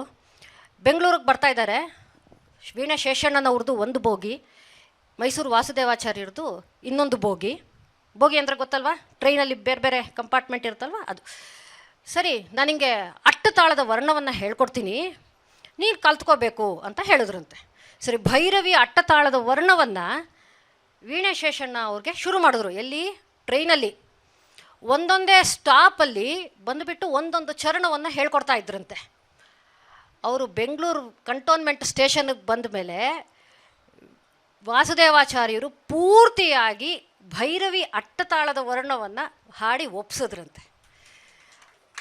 ಅಷ್ಟು ಚೆನ್ನಾಗಿ ಹಾಡಿದ ಮೇಲೆ ಮೈಸೂರು ವಾಸುದೇವಾಚಾರ್ಯರ ಸಂಗೀತವನ್ನು ಕೇಳಿ ವೀಣೆ ಶೇಷಣ್ಣ ಅಂದ್ರಂತೆ, ತುಂಬ ಚೆನ್ನಾಗಿ ಹಾಡಿದ್ಯಪ್ಪ. ನನಗೆ ಅಂದ್ಕೊಂಡಿದ್ದೆ ನನಗೊಬ್ಬನಿಗೆ ಆ ಥರ ಒಂದು ದಿನದಲ್ಲಿ ಒಂದು ವರ್ಣವನ್ನು ಕಲಿಯೋ ಕೆಪಾಸಿಟಿ ಇರೋದು ಅಂತ. ಆದರೆ ನೀನು ಕಲಿತು ಅದನ್ನು ತೋರಿಸ್ದೆ. ನಾನು ನಿನಗೆ ತುಂಬ ಸಹಾಯ ಮಾಡ್ತೀನಿ, ನಿನಗೆ ಎಂಥದ್ದು ಬೇಕು ಅಂದರೆ ಅಂಥದ್ದು ಹೇಳ್ಕೊಡ್ತೀನಿ, ಇಬ್ಬರು ಒಟ್ಟಿಗೆ ಕಲಿಯೋಣ ಅಂದ್ಬಿಟ್ಟು ಆಮೇಲೆ ಮೈಸೂರು ವಾಸುದೇವಾಚಾರ್ಯರು ಸುಮಾರಷ್ಟನ್ನು ವೀಣೆ ಶೇಷಣ್ಣ ಅವರಿಂದ ಕಲಿತರು ಅಂತ ಸಂಗೀತ ಸರಿತಾದಲ್ಲಿದೆ. ಆದರೆ ಇಷ್ಟೆಲ್ಲ ಆಗಬೇಕು ಅಂದರೆ ಕೆಲವು ಗುಣಗಳು ಮೈಸೂರು ವಾಸುದೇವಾಚಾರ್ಯರಲ್ಲಿತ್ತು, ಕೆಲವು ಕಾಂಪೊನೆಂಟ್ಸು ವೀಣೆ ಶೇಷಣ್ಣನವರಲ್ಲಿತ್ತು. ಇಂಗ್ಲೀಷಲ್ಲಿ ಒಂದು ಗಾದೆ ಇದೆ, teaching is an act of faith and confidence. ಅಂದರೆ ಏನು, ನಾನು ಕಲಿಸ್ತಾ ಇದ್ದೀನಿ ಅಥವಾ ಒಂದು ಬೋಧನೆ ಮಾಡ್ತಾ ಇದ್ದೀನಿ ಅಂದರೆ ಅದಕ್ಕೆ ನಂಬಿಕೆ ಇರಬೇಕು, ಆತ್ಮವಿಶ್ವಾಸ ಇರಬೇಕು. ಅಂದರೆ ಏನು, ವೀಣೆ ಶೇಷಣ್ಣನವ್ರಿಗೆ ನಾನು ಏನಾದರೂ ಹೇಳಿಕೊಟ್ರೆ ಅವನಿಗೆ ಕಲಿಯೋ ತಾಕತ್ತಿದೆ ಅನ್ನೋದು ಒಂದಿತ್ತು, ಅವನಿಗಿದೆ ಅಂತ ಇತ್ತು. ಹಾಗಾಗ್ಬಿಟ್ಟು ಅವ್ರು ಹೇಳಿಕೊಟ್ರು. ಇವಾಗ ಯಾರಾದರೂ ನನಗೆ ಹೇಳ್ಕೊಡ್ತಾರಾ ಅಟ್ಟತಾಳದ ವರ್ಣ ಒಂದು ದಿನದಲ್ಲಿ ನೀನು ಕಲ್ತ್ಕೋ ಅಂತ? ಖಂಡಿತವಾಗ್ಲೂ ಹೇಳಲ್ಲ. ನಮಗೆಲ್ಲ ಒಂದು ವಾರ ಆದರೂ ಮಿನಿಮಮ್ ಬೇಕು ಬರೀ ಸಂಗೀತ ಹಾಡ್ತಾಯಿದ್ರೆ. ಹಾಗೆ ಅವ್ರಿಗೆ ಆ ಥರದ ನಂಬಿಕೆ ಇತ್ತು. ವೀಣೆ ಶೇಷಣ್ಣನವ್ರಿಗೆ ಆ ಥರ ಇದ್ದರೆ ಈ ಕಡೆ ಮೈಸೂರು ವಾಸುದೇವಾಚಾರ್ಯರಿಗೆ ಹೌದಲ್ವಾ, ನನಗೆ ಗೊತ್ತಾಗಿದೆ ನಂದು ಇವಾಗ ಏನು ತಪ್ಪು, ನಾನು ಅದನ್ನು ಸರಿ ಮಾಡ್ಕೋಬೇಕು. ಗುರುಗಳು ಬೈತಿದ್ದಾರೆ ಅಂತ ನಾನು ಬೇಜಾರು ಮಾಡ್ಕೋಬಾರ್ದು, ಅಲ್ಲಿ ಏನು ತಪ್ಪುಗಳಿದೆಯೋ ಅದನ್ನು ನಾನು ಸರಿ ಮಾಡ್ಕೋಬೇಕು ಅಂತ ಅವರು ನಿಯತ್ತಿನಿಂದ, ಒಳ್ಳೆಯ ನಮ್ರತೆಯಿಂದ ಅವರು ಹೇಳಿದ್ದನ್ನು ಕೇಳಿಸ್ಕೊಂಡ್ರು, ಪಾಠವನ್ನು ಕಲಿತರು. ಅಷ್ಟೇ ಅಲ್ಲ, ಆ ಕಡೆ ಬೋಗಿಗೆ ಹೋಗ್ಬಿಟ್ಟು ಅವ್ರು ನಿದ್ದೆ ಮಾಡಲಿಲ್ಲ. ಅವ್ರು ಏನು ಕಲ್ತರೋ ಅದನ್ನು ಪ್ರಾಕ್ಟೀಸ್ ಮಾಡಿದ್ರು. ಅದು ಪ್ರಾಕ್ಟೀಸ್ ಮಾಡಿದ್ದಾದಮೇಲೆ ಮೈಸೂರಿಂದ ಕೊಯಂಬತ್ತೂರಿಂದ ಬೆಂಗಳೂರಿಗೆ ಬರೋಷ್ಟರಲ್ಲಿ ಮೈಸೂರು ವಾಸುದೇವಾಚಾರ್ಯರಿಗೆ ಪೂರ್ತಿ ವರ್ಣ ಬಾಯ್ಪಾಠ ಆಗಿತ್ತು. ತಪ್ಪುಗಳಿಲ್ಲದೆ ಅವ್ರಿಗೆ ಹಾಡೋಷ್ಟು ಶಕ್ತಿ ಬಂತು.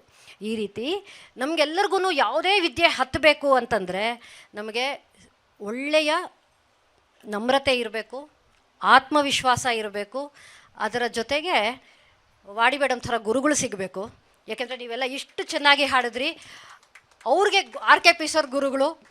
ಅಂಥ ಗುರುಗಳಿದ್ದರೆ ಎಂಥ ಸಂಗೀತ ಆದ್ರೂ, ಎಂಥ ಕಷ್ಟವಾದ ಕಲೆ ಆದ್ರೂ ನಾವು ಅದನ್ನು ನಮ್ಮೊಳಗಡೆ ಸೇರಿಸ್ಕೊಂಡು ನಮ್ಮ ಜೀವನದಲ್ಲಿ ಸ್ವಲ್ಪ ಖುಷಿ ಬೇಕಲ್ವಾ, ಅವಾಗವಾಗ ಆ ಸುಖವನ್ನು ನಾವು ಅನುಭವಿಸೋಕ್ಕೆ ನಮಗೂ ಒಂಥರ ದೇವರ ಆಶೀರ್ವಾದ ಬರುತ್ತೆ, ಶಕ್ತಿ ಬರುತ್ತೆ, ಸಂತೋಷ ಸಿಗುತ್ತೆ. ಇಷ್ಟು ಹೇಳ್ತಾ ನನ್ನ ಮಾತುಗಳನ್ನು ಮುಗಿಸ್ತೀನಿ. ಧನ್ಯವಾದಗಳು.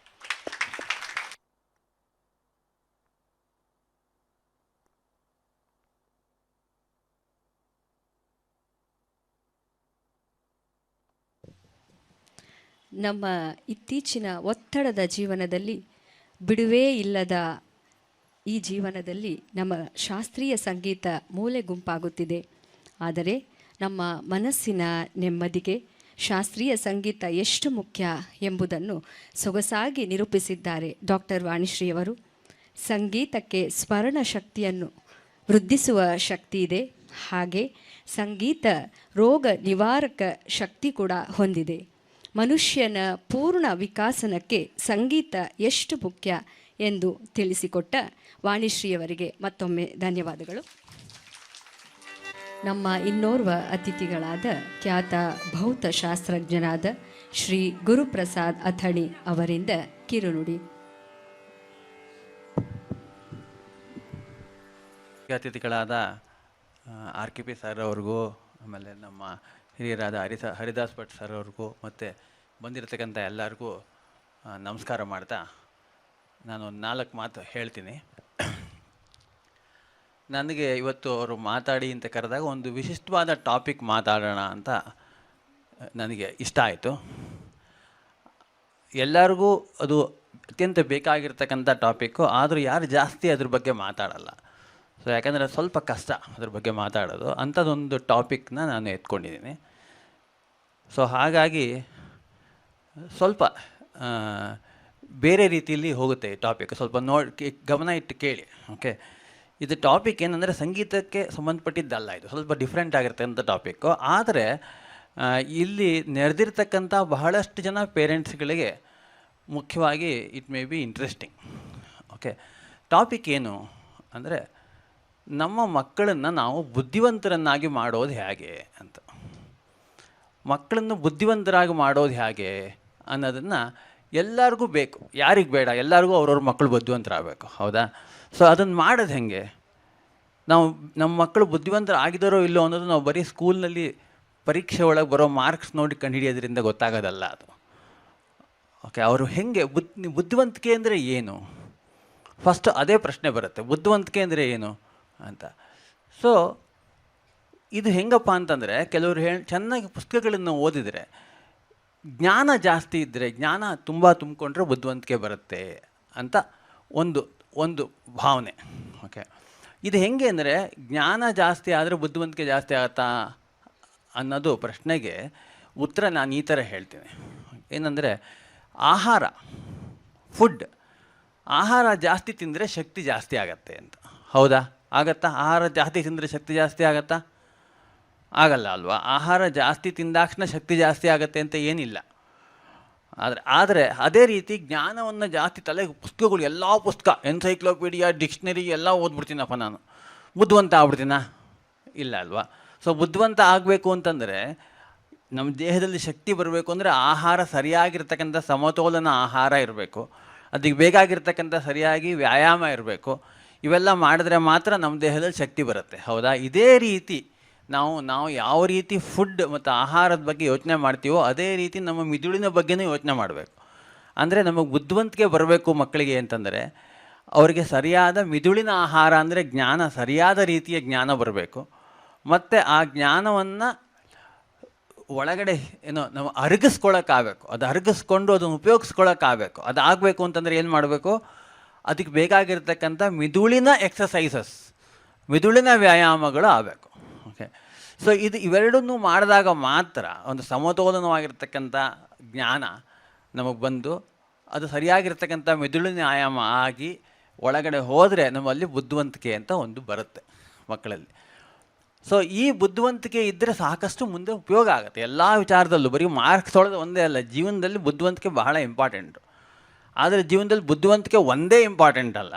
ಓಕೆ, ಬೇಕಾದಷ್ಟು ವಿಚಾರಗಳಿದೆ ಮನುಷ್ಯನಲ್ಲಿ. ಇನ್ನು ತಂದೆ ತಾಯಿ ಆಗಿರ್ತಕ್ಕಂಥವ್ರದ್ದು ಮುಖ್ಯ ಕೆಲಸಗಳೇನು ಅಂದರೆ, ಮಕ್ಕಳಿಗೆ ಬೆಳೆಸ್ತಕ್ಕಂಥ ಟ್ರೆಡಿಷನ್ ತಿಳಿಸ್ಬೇಕಾಗಿರುತ್ತೆ.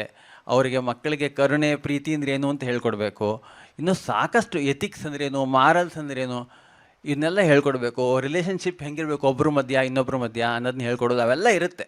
ಆದರೆ ನಾನು ಮಾತಾಡೋಕ್ಕೆ ಇವತ್ತು ಉಪಯೋಗಿಸ್ತಾ ಇರೋದು ಬರೀ ಬುದ್ಧಿವಂತಿಕೆ ಮಾತ್ರ. ಯಾಕಂದರೆ ಬುದ್ಧಿವಂತಿಕೆ ಒಂದು ಇಂಪಾರ್ಟೆಂಟ್ ಥಿಂಗು. ಎಲ್ಲ ತಂದೆ ತಾಯಿಗಳಿಗೂ ಮಕ್ಕಳಿಗೆ ಬುದ್ಧಿವಂತರಾಗಬೇಕು ಅನ್ನೋ ಆಸೆ ಇರುತ್ತೆ. ಓಕೆ, ಸೊ ಹಾಗಿದ್ರೆ ಇದಕ್ಕೆ ಏನು ಮಾಡಬೇಕು? ಬೇಕಾದಷ್ಟು ಜನ ಸಾಕಷ್ಟು ಇದ್ರ ಬಗ್ಗೆ ರಿಸರ್ಚ್ ಮಾಡಿದ್ದಾರೆ. ಏನು ಮಾಡಿದ್ರೆ ಬುದ್ಧಿವಂತರಾಗ್ತಾರೆ ಮಕ್ಕಳು, ಯಾವಾಗಿಂದ ಹೇಳ್ಕೊಡ್ಬೇಕು? ನಾವು ಸ್ಟಾರ್ಟಿಂಗಲ್ಲೇ ಅವರಿಗೆ ಕೋಚಿಂಗ್ ಹಾಕ್ಬಿಡ್ಬೋದಾ? ಬುದ್ಧಿವಂತರಾಗ್ಬಿಡ್ತಾರಾ? ಈ ಥರ ಎಲ್ಲ ಪ್ರಶ್ನೆಗಳು. ಓಕೆ, ಇದ್ರ ಬಗ್ಗೆ ಸಾಕಷ್ಟು ರಿಸರ್ಚು ನಡೆದಿದೆ. ಸೊ ನಾನು ಎಲ್ಲದನ್ನು ತುಂಬ ಡೀಟೇಲಾಗಿ ಇವಾಗ ಎಕ್ಸ್ಪ್ಲೈನ್ ಮಾಡಲ್ಲ. ಆದರೆ ನಾನು ನನಗೆ ಆಗಿರ್ತಕ್ಕಂಥ ಕೆಲವು ಎಕ್ಸ್ಪೀರಿಯನ್ಸ್ಗಳನ್ನು ತೊಗೊಂಡು, ಕೆಲವು ಪುಸ್ತಕಗಳು ಓದಿರೋದು ವಿಚಾರಗಳನ್ನು ತಿಳ್ಕೊಂಡು ಕ್ರೋಢೀಕರಿಸಿ ಒಂದು ಸಮ್ಮರಿ ಮಾಡಿ ಒಂದು ಸಣ್ಣದಾಗಿ ಹೇಳ್ತೀನಿ. ಓಕೆ, ಒಂದು 10 ನಿಮಿಷದಲ್ಲಿ 5 ನಿಮಿಷದಲ್ಲಿ ಆಗೋವಂಥ ಒಂದು ವಿಚಾರ ಇದು. ಓಕೆ, ಸೊ ಏನು ಹೇಳ್ತೀನಿ ನಾನು ಅಂತಂದರೆ, ಮುಖ್ಯವಾಗಿ ಬುದ್ಧಿವಂತಿಕೆಗೆ 3 ಸೂತ್ರಗಳು ಅಂತ ನನ್ನ ಒಂದು ಐಡಿಯಾ. ಅದು ಹೇಳ್ತೀನಿ. ಏನಿದು 3 ಸೂತ್ರಗಳು? ಇದು ನಿಮಗೆ ನಂಬಕ್ಕೆ ಆಗಲ್ಲ, ಅಷ್ಟು ಸುಲಭವಾಗಿದೆ 3 ಸೂತ್ರಗಳು ಮಕ್ಕಳನ್ನು ಬುದ್ಧಿವಂತರು ಮಾಡೋದು. ಆದರೂ ಸಹಿತ ನಾವು ಇದು ಮಾಡಿರಲ್ಲ. ಸ್ವಲ್ಪ ಯೋಚನೆ ಮಾಡಿದ್ರೆ ಗೊತ್ತಾಗತ್ತೆ. ಏನು ಮೊದಲನೇ ಸೂತ್ರ ಏನು ಅಂದರೆ, ಮಕ್ಕಳಿಗೆ ಸಣ್ಣವರಿದ್ದಾಗಿಂದ, ಇಷ್ಟು ಪುಟ್ಟ ಮಕ್ಕಳಲ್ಲ, ಇನ್ನೂ ಪುಟ್ಟ ಮಕ್ಕಳಿಂದ ಹಿಡಿದು ಮಕ್ಕಳಿಗೆ ಕಥೆ ಹೇಳಬೇಕು. ತಂದೆ ತಾಯಿ ಆದವರು ಅಥವಾ ತಾತ ಅಜ್ಜಿ ಅಥವಾ ಯಾರಿದ್ದಾರೋ ಮನೆಯಲ್ಲಿ ಅವರು ಕತೆ ಹೇಳಬೇಕು. ಕತೆ ಹೇಳೋದು ಅನ್ನೋದು ಅತ್ಯಂತ ಮುಖ್ಯವಾದ. ಇದ್ರ ಬಗ್ಗೆ ರಿಸರ್ಚ್ ನಡೆದಿದೆ. ಕತೆ ಹೇಳೋದ್ರಿಂದ ಮಕ್ಕಳು ಯಾಕೆ ಬುದ್ಧಿವಂತರೇ ಆಗ್ತಾರೆ ಅಂತ. ಅದಕ್ಕೆ ಬ್ರೈನ್ ಸೈನ್ಸ್ನಲ್ಲಿ ಬೇಕಾದಷ್ಟು ಅದಕ್ಕೆ ಪುರಾವೆಗಳಿದೆ, ಪ್ರೂಫ್ ಇದೆ. ಯಾಕೆ ಕತೆ ಕೇಳೋದ್ರಿಂದ ನಮ್ಮ ಬ್ರೈನ್ ಇರೋದೇ, ಹ್ಯೂಮನ್ ಬ್ರೈನ್ ಇರೋದೇ ಏನಂದರೆ ಸಿಮ್ಯುಲೇಷನ್ ಮಾಡುತ್ತೆ. ಕತೆ ಕೇಳಿದಾಗ ಅದಕ್ಕೆ ತಕ್ಕಂತೆ ನಾವು ಒಂದು ಇಮ್ಯಾಜಿನೇಷನ್ ಮಾಡ್ತಕ್ಕಂಥ ಎಬಿಲಿಟಿ ಹುಟ್ಟುತ್ತೆ. ಇವೆಲ್ಲ ಕತೆ ಕೇಳಿದಾಗಲೇ ಬರೋದು. ಹಿಂದಿನಿಂದನೂ ಮಕ್ಕಳು ಮನೇಲಿ ಕತೆ ಕೇಳೋದು ರೂಢಿ ಇದ್ದೇ ಇದೆ ನಮ್ಮಲ್ಲಿ. ಆದರೆ ನಾವು ಅದನ್ನು ಇವಾಗ ಸದ್ಯಕ್ಕೆ ನಿಲ್ಲಿಸ್ಬಿಟ್ಟಿದ್ದೀವಿ. ಏನು ಮಾಡ್ತೀವಿ, ಮಕ್ಕಳಿಗೆ ಒಂದು ಯೂಟ್ಯೂಬೋ ಏನೋ ಒಂದು ಚಾನಲ್ ಹಾಕೊಂಡು ಮೊಬೈಲ್ ಫೋನೊಳಗೆ ನೋಡ್ತಾ ಇರ್ತಾರೆ ಹಿಂಗೆ. ಸೊ ಅದರಿಂದಾಗಿ ಬುದ್ಧಿವಂತಿಕೆ ಬರಲ್ಲ. ಬುದ್ಧಿವಂತಿಕೆ ಬರ್ಬೇಕಾದ್ರೆ ಕಥೆನೇ ಆಗಬೇಕು. ಎಷ್ಟು ವರ್ಷದಿಂದ ಕತೆ ಹೇಳ್ಕೊಳ್ಬೇಕು ಮಕ್ಕಳಿಗೆ ಹೇಳಬೇಕು? 1 ವರ್ಷದಿಂದ. ಮಕ್ಕಳಿಗೆ 1 ವರ್ಷ ಆಗಿದ್ದಾಗ ಕತೆ ಹೇಳೋಕ್ಕೆ ಶುರು ಮಾಡ್ಬೋದು. ನಮ್ಮನೆ ಒಳಗೆ ಆ್ಯಕ್ಚುಲಿ ನನ್ನ ಮಗಳಿಗೆ ನಮ್ಮ ತಂದೆ ತಾಯಿ 6 ತಿಂಗಳಿರ್ಬೇಕಾದ್ರೆ ಕತೆ ಹೇಳೋಕ್ಕೆ ಶುರು ಮಾಡಿದರು. ಓಕೆ, ಆ ಮಗುಗೆ ಅರ್ಥವಾಗುತ್ತೋ ಬಿಡುತ್ತೋ. ನಾನು ಎಷ್ಟೋ ಸರಿ ನಮ್ಮ ತಂದೆಗೆ ಹೇಳ್ತಾ ಇದ್ದೆ, ಅವಳಿಗೇನು ಅರ್ಥ ಆಗುತ್ತೆ, ನೀವೇನು ಹೇಳ್ತಿದ್ದೀರಾ ಅಂತ, ನಿಂಗೇನು ಗೊತ್ತು ಅವಳಿಗೆ ಅರ್ಥ ಆಗತ್ತೆ ಅಂತಂದವರು ಅವರು. ಆಯಿತಾ? ಸೊ 1 ವರ್ಷದಿಂದ ಅಂತೂ ಡೆಫಿನೆಟ್ಲಿ ಶುರು ಮಾಡ್ಬೋದು. ಯಾವ ರೀತಿ ಕತೆಗಳು ಹೇಳ್ತೀರಾ? ನೀವು ಯಾವುದೋ ಒಂದು ಪುಸ್ತಕದ ಕಥೆಯನ್ನು ಓದಿ ಹೇಳೋದಲ್ಲ, ಆ ಮಕ್ಕಳನ್ನ ತಲೆ ಬೆಳವಣಿಗೆಗೆ ಬೇಕಾಗಿರ್ತಕ್ಕಂಥ ಕಥೆಯನ್ನು ಹೇಳಬೇಕು. ಆ ವಯಸ್ಸಿನಲ್ಲಿ ರೀತಿ ತಲೆ ಏನು ಬೆಳವಣಿಗೆ ಆಗುತ್ತೆ ಅದಕ್ಕೆ ತಕ್ಕಂಥದ್ದು. ಆ ವಯಸ್ಸಿನಲ್ಲಿ 1 ವರ್ಷದಲ್ಲಿರ್ಬೇಕಾದ್ರೆ ಮಕ್ಕಳಿಗೆ ಎದುರುಗಡೆ ಕಾಣೋ ವಸ್ತುಗಳು ಅಷ್ಟೇ, ಎದುರುಗಡೆ ಕಾಣೋ ವಸ್ತುಗಳು, ಅದನ್ನು ಬಳಸಿ ಕತೆ ಹೇಳಬೇಕು. ಆಮೇಲೆ ಮಕ್ಕಳಿಗೆ ಆಹಾರದ ಬಗ್ಗೆ, ಊಟದ ಬಗ್ಗೆ, ತಿಂಡಿ ಬಗ್ಗೆ, ನೋಡಿ ಇದೊಂದು ಮಗು ಎಷ್ಟು ಚೆನ್ನಾಗಿ ಇದನ್ನು ತಿಂದ್ಬಿಟ್ಟು ಸಂತೋಷ ಪಡ್ತು, ಪಾಯಸ ತಿಂತು, ಈ ಥರ ಸಣ್ಣ ಸಣ್ಣ ಕತೆಗಳು, 2 3 ಲೈನ್ ಕತೆಗಳು. ಆಮೇಲೆ ಫ್ಯಾಮಿಲಿ ಬಗ್ಗೆ, ಆಮೇಲೆ ಸೇಫ್ಟಿ, ಮಕ್ಕಳಿಗೆ ಸೇಫ್ಟಿ ಭಾಳ ಇಂಪಾರ್ಟೆಂಟು. ನಾವು ನಾಯಿ ಮರಿ ಅದು ಆಹಾರ ಕೊಡ್ತು, ತಿಂದ್ಬಿಡ್ತು, ಸಂತೋಷವಾಗಿ ಅದ್ರ ಅಮ್ಮ ಹತ್ರ ಬಂದು ಮಲ್ಕೊಂಡ್ಬಿಡ್ತು, ಖುಷಿಯಾಗಿ, ಎಷ್ಟು ಚೆನ್ನಾಗಿ. ಮಕ್ಕಳಿಗೆ ಅವಾಗ ಮನಸ್ಸಿನಲ್ಲಿ ಒಂದು ಶಾಂತಿ ಹುಟ್ಟುತ್ತೆ, ಒಂದು ರೀತಿಯ ಸೇಫ್ಟಿ ಅದು. ಸೊ ಈ ರೀತಿಯಾಗಿ ಕತೆಗಳು ಶುರು ಆಗುತ್ತೆ. ಆಮೇಲೆ ನಿಧಾನಕ್ಕೆ ಬೇರೆ ಬೇರೆ ಬೇರೆ ಬೇರೆ ನಾವೊಂದು ಲೀಸ್ಟೇ ಮಾಡಿದ್ದೀನಿ, ಅದನ್ನು ಪೂರ್ತಿಯಾಗಿ ಹೇಳಲಿಕ್ಕಾಗಲ್ಲ.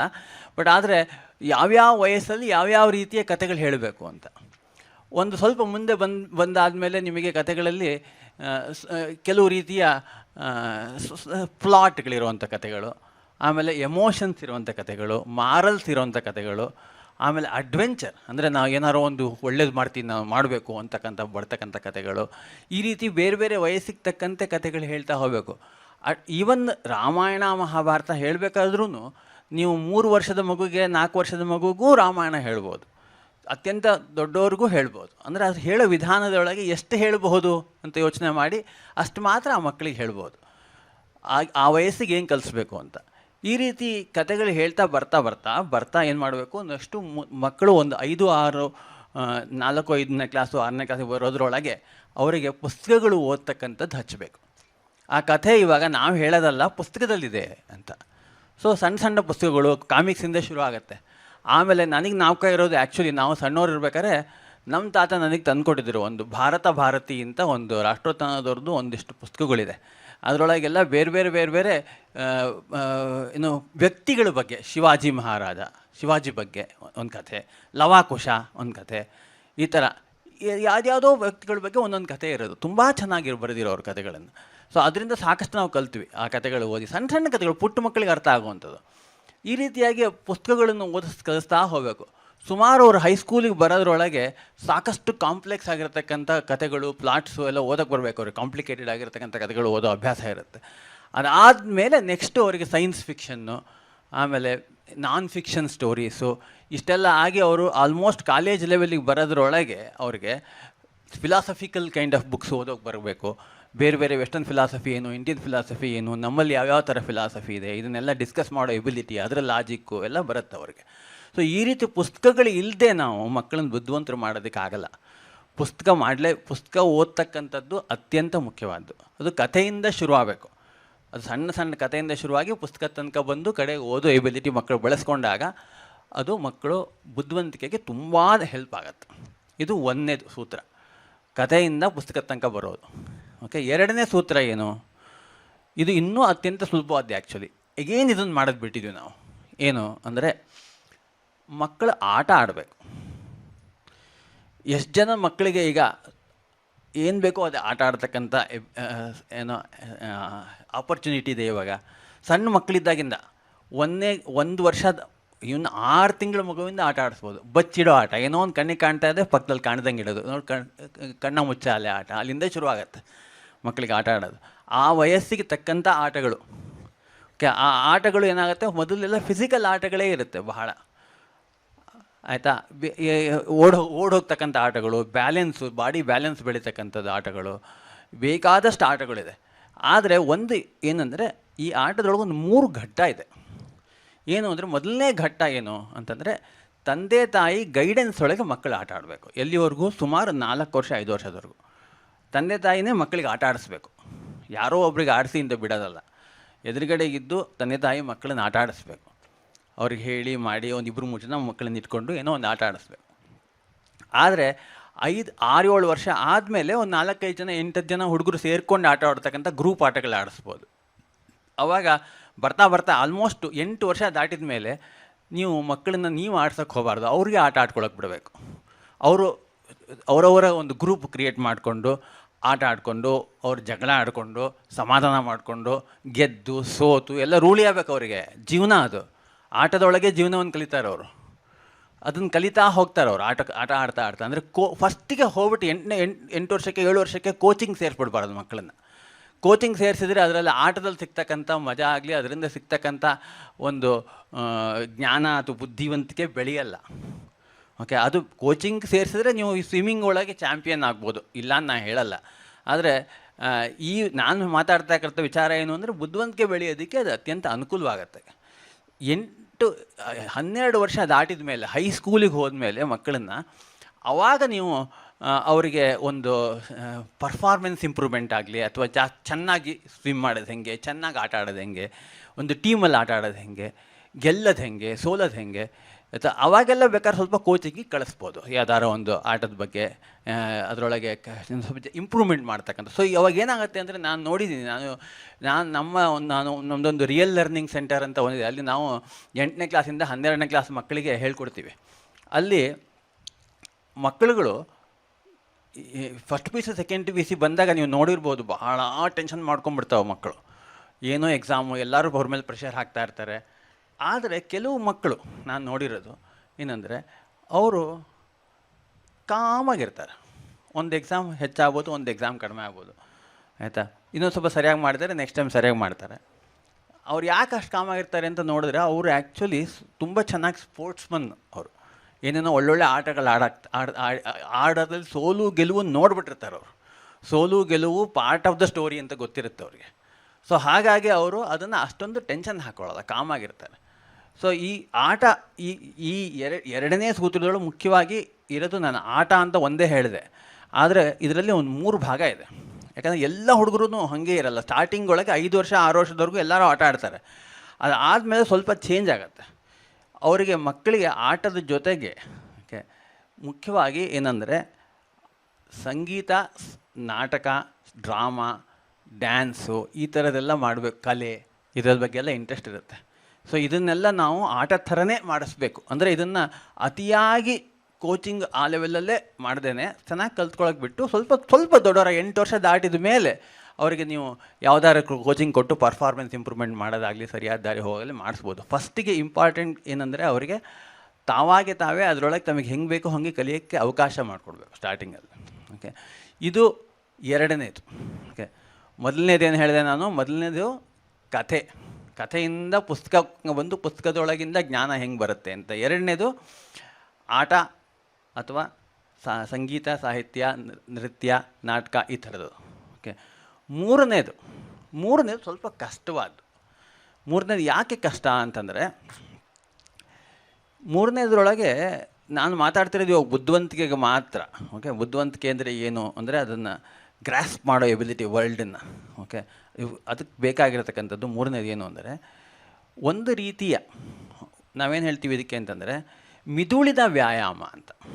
ಅಂದರೆ ಲಾಜಿಕಲ್ ಥಿಂಕಿಂಗು, ಆಮೇಲೆ ಕ್ವಾಂಟಿಟೇಟಿವ್ ಥಿಂಕಿಂಗ್ ಅಂತ ಕರಿತೀವಿ ನಾವು ಇಂಗ್ಲೀಷ್ ಒಳಗೆ. ಅಂದರೆ ಏನನ್ನಾದರೂ ಯಾವುದಕ್ಕಾದರೂ ರೀಸನ್ ಔಟ್ ಮಾಡುವಂಥದ್ದು. ಇದರಿಂದ ಇದು ಹಿಂಗೆ ಆಗ್ತಾ ಇದೆಯಾ, ಇದರಿಂದ ಯಾಕೆ ಹಿಂಗೆ ಆಗ್ತಾಯಿದೆ, ಇದನ್ನೆಲ್ಲ ಮಾಡ್ತಕ್ಕಂಥ ರೀಸನಿಂಗ್ ಮಾಡ್ತಕ್ಕಂಥ ಎಬಿಲಿಟಿ. ಓಕೆ, ಇದನ್ನು ಮಾಡಬೇಕಾದ್ರೆ ಬುದ್ಧಿವಂತಿಕೆ ಇದ್ದರೆ ಮಾತ್ರ ಸಾಧ್ಯ. ಇದನ್ನು ಬೆಳೆಸೋದು ತುಂಬ ಕಷ್ಟ. ಎಷ್ಟೋ ಸರಿ ನಾನು ನೋಡಿರೋದು ಹೇಗೆ ಅಂದರೆ ತಂದೆ ತಾಯಿಗಳು ಓಕೆ ಆ ರೀತಿ ಇದ್ದು ಚೆನ್ನಾಗಿ ಎಜುಕೇಷನ್ ಆಗಿದ್ರೆ ಮಕ್ಕಳು ಆಗ್ತಾರೆ ಅಂತ. ಅಂದರೆ ಯಾವುದೋ ಒಂದು ಸರ್ವೆ ಮಾಡಿದರು, ಅದರೊಳಗೆ ಏನು ಕಂಡುಹಿಡಿದ್ರು ಅಂದರೆ ತಂದೆ ತಾಯಿಗಳು ಚೆನ್ನಾಗಿ ಡಿಗ್ರಿ ಓದಿ ಸೈಂಟಿಸ್ಟ್ ಆಗಿದ್ದರೆ ಮಕ್ಕಳು ಆಗ್ತಾರೆ ಅಂತ. ಓಕೆ, ಅದರಲ್ಲಿ ಏನು ದೊಡ್ಡ ವಿಚಾರ ಅಲ್ವೇ? ತಂದೆ ತಾಯಿಗಳಾಗಿದ್ದರೆ ಅನುವಂಶೀಯತೆ ಅಥವಾ ಏನಂತ ಕರೀತಾರೆ ನಾವು, ಹೆರಿಡಿಟರಿಯಿಂದ ಆಗ್ತಾರೆ, ಜೀನ್ಸಲ್ಲಿ ಇರುತ್ತೆ ಅಂತ ಹೇಳಿಬಿಡ್ತಾರೆ. ಆದರೆ ಅದರೊಳಗೆ ಒಂದು ವಿಶೇಷವಾಗಿರ್ತಕ್ಕಂಥ ಸ್ಟಡಿ ಮಾಡಿದ್ದಾರೆ. ಏನಂದರೆ ತಂದೆ ತಾಯಿಗಳು ಬುದ್ಧಿವಂತರಾಗಿದ್ದು, ತಂದೆ ತಾಯಿಗಳು ಚೆನ್ನಾಗಿ ಓದಿ ಎಲ್ಲ ಮಾಡಿದರೆ ಮಕ್ಕಳು ಅವರು ಅಡಾಪ್ಟೆಡ್ ಚಿಲ್ಡ್ರನ್ ಆಗಿದ್ದರೂ ಅಷ್ಟೇ ಬುದ್ಧಿವಂತರಾಗ್ತಾರೆ ಅಂತ. ಅವ್ರದ್ದೇ ಮಕ್ಕಳಾಗಿರಬೇಕಾಗಿಲ್ಲ. ಇದರ ಅರ್ಥ ಏನು? ಇದು ಬಂದಿರತಕ್ಕಂಥದ್ದು ಜೀನ್ಸಿಂದ ಅಲ್ಲ, ಅವರು ಮೊದಲಿಂದ ಹೆಂಗೆ ಟ್ರೈನ್ ಮಾಡಿದ್ದಾರೆ ಮಕ್ಕಳನ್ನು, ಅವ್ರು ಯಾವ ರೀತಿ ಮಕ್ಕಳು ಏನು ಅವರಿಗೆ ಒಂದು ಎನ್ವಿರಾನ್ಮೆಂಟ್ ಕೊಟ್ಟಿದ್ದಾರೆ ಸುತ್ತಮುತ್ತ ಅನ್ನೋದ್ರ ಮೇಲೆ ಹೋಗುತ್ತೆ. ಓಕೆ, ಸೊ ಮಕ್ಕಳಿಗೆ ಸಣ್ಣ ಹೊಡಿದ್ದಾಗಿಂದ ಈ ರೀತಿಯ ತರಬೇತಿ, ಒಂದು ಲಾಜಿಕ್ಕು ರೀಸನಿಂಗು ತರಬೇತಿ ಕೊಡ್ತಕ್ಕಂಥದ್ದು ಕಷ್ಟ. ಅದನ್ನು ಏನು ಮಾಡಬೇಕು ಅಂದರೆ ತಂದೆ ತಾಯಿಗಳು ಸ್ವಲ್ಪ ಇದ್ರ ಬಗ್ಗೆ ಪ್ರಯತ್ನ ಮಾಡಲೇಬೇಕು. ಅಪ್ ಟು ಅಟ್ಲೀಸ್ಟ್ 6-7 ವರ್ಷದವರೆಗೂ ಬೇರೆ ಯಾರ್ದು ಹೊರಗಡೆಯಿಂದ ಟ್ರೈನಿಂಗ್ ತೊಗೊಳಕ್ಕಾಗಲ್ಲ. ಮಕ್ಕಳಿಗೆ ಸಣ್ಣವಾಗಿರ್ತಕ್ಕಂಥ ಪಝಲ್ಸ್ ಕೊಡ್ತಾ ಹೋಗಬೇಕು. ಸಣ್ಣ ಪಝಲ್ಸ್, ಏನೋ ಒಂದು ನಂಬರಿನ ಪಝಲ್, ಇದನ್ನು ಕೌಂಟ್ ಮಾಡಿ ನೋಡೋಣ. ಓಕೆ, ಇದಕ್ಕೆ ಆ್ಯಡ್ ಮಾಡಿದ್ರೆ ಏನಾಗುತ್ತೆ, ಇದು ಹಿಂಗಾದರೆ ಇದು ಹೆಂಗಾದರೆ ಹೆಂಗೆ, ಲಾಜಿಕಲ್ ಪಝಲ್ಸು. ಇದನ್ನೆಲ್ಲ ನಮ್ಮಲ್ಲಿ ಸಾಕಷ್ಟು ನಮ್ಮ ಫಿಲಾಸಫಿ ಒಳಗೂ ಇವೆಲ್ಲ ಭಾಳ ವಿಚಾರಗಳಿದ್ದಾವೆ. ಆ್ಯಕ್ಚುಲಿ ಇದನ್ನೆಲ್ಲ ಯೂಸ್ ಮಾಡ್ಕೋಬೋದು ಎಲ್ಲ ಕಡೆಗೂ. ಇದನ್ನು ಕಂಟಿನ್ಯೂಸ್ ಆಗಿ ಪ್ರತಿದಿನವೂ ಈ ರೀತಿಯ ಒಂದು ತಲೆಗೆ ಒಂದು ಎಕ್ಸಸೈಸ್ ಮಾಡಿಸ್ತಾ ಹೋಗಬೇಕು. ಅದಕ್ಕೆ ಆ್ಯಕ್ಚುಲಿ ಗೊತ್ತಿಲ್ಲದೆ ಇದ್ದರೆ ಒಂದು ಸಮಯ ಕಲ್ತ್ಕೋಬೇಕು ತಂದೆ ತಾಯಿಗಳು. ಅಂದರೆ ಅವ್ರಿಗೆ ಕೆಲವೆಲ್ಲ ವೆಬ್ಸೈಟ್ಗಳಲ್ಲಿ ಕ್ಯೂ ಮ್ಯಾಥ್ ಅಂತ ಕೆಲವೆಲ್ಲ ಇದೆ. ಅದರೊಳಗೆ ಅವರು ಯಾವ್ಯಾವ ಏಜಿಗೆ ಯಾವ್ಯಾವ ಥರ ಪಸಲ್ಸ್ ಮಾಡಿಸ್ಬೋದು ಅಂತೆಲ್ಲ ಇದೆ. ಅದನ್ನು ನೋಡಿಕೊಂಡು ಸ್ವಲ್ಪ ಕಲ್ತ್ಕೊಂಡು ಮಕ್ಕಳಿಗೆ ಮಾಡಿಸ್ಬೇಕು. ಅದಾದಮೇಲೆ ಒಂದು ಸ್ವಲ್ಪ ವಯಸ್ಸು ಮಕ್ಕಳು ಒಂದು ಲೆವೆಲಿಗೆ ಬಂದು 8 ವರ್ಷ 9 ವರ್ಷ ದಾಟಿದ ಮೇಲೆ, ಮಿಡಲ್ ಸ್ಕೂಲ್ ಲೆವೆಲಲ್ಲಿ ಬಂದ ಮೇಲೆ, ಅವಾಗ ಬೇಕಾದ್ರೆ ಬೇರೆಯವ್ರ ಹೆಲ್ಪ್ ತೊಗೊಳ್ಬೋದು ಸ್ವಲ್ಪ ಮಟ್ಟಿಗೆ ಇದ್ರ ಬಗ್ಗೆ. ಒಂದು ಯಾರೋ ಲಾಜಿಕ್ ಕೋಚ್, ಯಾರೋ ನಿಮ್ಮೆಲ್ಲ ಅಂಕಲ್ಲು, ಯಾರೋ ಒಬ್ರು ಇರ್ತಾರೆ, ಒಬ್ರು ರಿಲೇಟಿವು, ಅವ್ರು ಯಾವಾಗಲೂ ಮಕ್ಕಳನ್ನ ಕೂಡಿಸ್ಕೊಂಡು ಏನೋ ಪಸಲ್ಸ್ ಕೇಳ್ತಾ ಇರ್ತಾರೆ. ಅಂಥವ್ರು ಯಾರು ಸಿಕ್ಕರೆ ನಿಮಗೆ ಅದು ಅನುಕೂಲ. ಮಕ್ಕಳನ್ನ ಅವ್ರ ಹತ್ರ ಕೂಡಿಸ್ಬಿಟ್ಟು ಅವ್ರಿಗೆ ಎಂಗೇಜ್ ಮಾಡ್ಬೋದು. ಅದಾದಮೇಲೆ ನಾವೇನು ಮಾಡ್ತೀವಿ ಅಂದರೆ, ನಮ್ಮಲ್ಲಿ ನಾವು 8ನೇ ಕ್ಲಾಸಿಂದ ನಾವು ಹೇಳ್ಕೊಡ್ತೀವಿ. ನಮ್ಮ ರಿಯಲ್ ಲರ್ನಿಂಗ್ ಸೆಂಟರ್ ಅಂತ ಇಲ್ಲಿ ನಾವು ಮಕ್ಕಳಿಗೆ ಸಾಕಷ್ಟು ಆ ರೀತಿ ತರಬೇತಿ ಕೊಡ್ತೀವಿ. ಸೈನ್ಸು, ಮ್ಯಾಥ್ಸು ಈ ವಿಚಾರಗಳಲ್ಲಿ 8ರಿಂದ ಮುಂದೆ ನಾವು ಅತಿ ಆಗಲ್ದೇವರು ವಾರಕ್ಕೆ ಒಂದು ಸ್ವಲ್ಪ ಕೆಲವು ಅವರ್ಸ್ ಮಾತ್ರ ನಾವು ಹೇಳಿಕೊಟ್ಟು ಈ ರೀತಿ ತರಬೇತಿ ಕೊಡ್ತೀವಿ. ಬಟ್ ಇಂಪಾರ್ಟೆಂಟ್ ಏನು ಅಂದರೆ, ನಾವು ಈ 3ನೇದು ಬಹಳ ಜನ ಇದನ್ನು ಕಡೆಗಣಿಸ್ತಾರೆ. ಇದು is not like general knowledge ಅಲ್ಲ ಇದು. Okay, general knowledge is different. ಇದು ಲಾಜಿಕಲ್ ಥಿಂಕಿಂಗ್ ಎಬಿಲಿಟಿ. ಇದನ್ನು ಬೆಳೆಸಿದರೆ ಮಕ್ಕಳಿಗೆ ತುಂಬ ಅನುಕೂಲ ಆಗುತ್ತೆ. ಅವರಿಗೆ ಮುಂದೆ ಬುದ್ಧಿವಂತಿಕೆ ಚೆನ್ನಾಗಿ ಬೆಳೆಯುತ್ತೆ. ಇದನ್ನು ನಾವು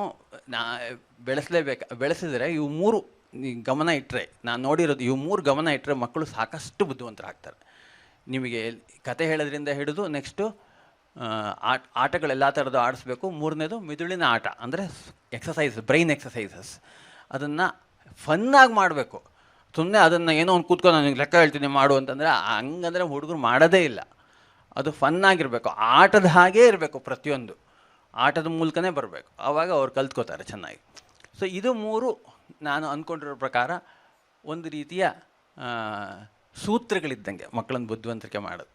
ಸೊ ನಾನು ವಾಣಿಶ್ರೀಶಾ ಅವರು ನನ್ನ ಕರೆದು ಮಾತಾಡಿ ಏನಾರು ಅಂತ ಹೇಳಿದಾಗ ನಮ್ಮ ಒಂದು ರಿಯಲ್ ಲರ್ನಿಂಗ್ ಸೆಂಟರ್ ಒಳಗೆ ಇದು ನಮ್ಮದು ಒಂದು ಮೂಲಭೂತವಾಗಿರ್ತಕ್ಕಂಥ ಕೆಲವು ನಮ್ಮ ಪ್ರಿನ್ಸಿಪಲ್ಸ್ ಇದು ಮಕ್ಕಳಿಗೆ ಹಿಂಗೆ ಮಾಡಬೇಕು ಅನ್ನೋದು. ಅದನ್ನೇ ವಿಚಾರ ನಿಮಗೆ ಹೇಳೋಣ ಅಂತ ಅಂದ್ಕೊಂಡು ನನಗೆ 2 ಮಾತಾಡೋದಕ್ಕೆ ಅವಕಾಶ ಕೊಟ್ಟೋದಕ್ಕೆ ತುಂಬ ಧನ್ಯವಾದಗಳು. ನನಗೆ ನಿಮಗೆ ಇದಕ್ಕೆ ಉಪಯೋಗ ಆಗಿರಬಹುದು ಅಂತ ಅಂದ್ಕೋತೀನಿ. Thank you. ಈ 3 ಸೂತ್ರಗಳನ್ನ ನೀವೆಲ್ಲರೂ ಅಳವಡಿಸ್ಕೊಳ್ತೀರಾ ಅಂತ ಅಂದ್ಕೊಂಡಿದ್ದೀನಿ ಮಕ್ಕಳ. ಸೊ ತುಂಬ ಸಿಂಪಲ್ಲಾಗಿ ನೀವು ಹೇಗೆ ಬುದ್ಧಿವಂತರಾಗೋದು ಅಂತ ಹೇಳ್ಕೊಟ್ಟಿದ್ದಾರೆ. ಸೊ ಗುರುಪ್ರಸಾದ್ ಅತಣಿ ಸರ್ಗೆ ನಾನು ತುಂಬ ಹೃದಯದ ಧನ್ಯವಾದಗಳನ್ನ ಅರ್ಪಿಸ್ತೇನೆ. ಆ್ಯಕ್ಚುಲಿ ನನ್ನ ಮಗಳ ಬಗ್ಗೆನೇ ಹೇಳಬೇಕು ಅಂತಂದರೆ, ಅವಳು 10th ತುಂಬ ವೀಕ್ ಆಗಿದ್ಲು. ಅವ್ರ ಬಳಿ ಹೋಗಿ ಸೇರಿದ್ಮೇಲೆ ನನಗೆ ಇಮ್ಯಾಜಿನ್ ಕೂಡ ಮಾಡ್ಕೊಳಕ್ಕಾಗಲ್ಲ, ಅವಳು ಬುಕ್ ಬಿಟ್ಟೇ ಬರಲ್ಲ, ಟು ಬಿ ಫ್ರ್ಯಾಂಕ್ ಹೇಳಬೇಕು ಅಂತಂದರೆ. ಸೊ ಅಷ್ಟರ ಮಟ್ಟಕ್ಕೆ ಅವರು ಟ್ರೈನಿಂಗ್ನ ಕೊಡ್ತಾರೆ. ಅವರ ಒಂದು ಸಂಸ್ಥೆ ರಿಯಲ್ ಲರ್ನಿಂಗ್ ಸೆಂಟರ್ JP ನಗರದಲ್ಲಿದೆ. ನಿಮಗೆ ಆಸಕ್ತಿ ಇದ್ದು 10th ಓದ್ತಾ ಇರೋ ಮಕ್ಕಳು ಧಾರಾಳವಾಗಿ ಗುರುಪ್ರಸಾದ್ ಸರ್ನ ಅವರ ನಂಬರ್ ಬೇಕಾದರೆ ನೀವು ಅವ್ರ ಬಳಿ ಕೇಳಿ ತೊಗೊಂಡು ನೀವು ಇದು ಮಾಡ್ಬೋದು.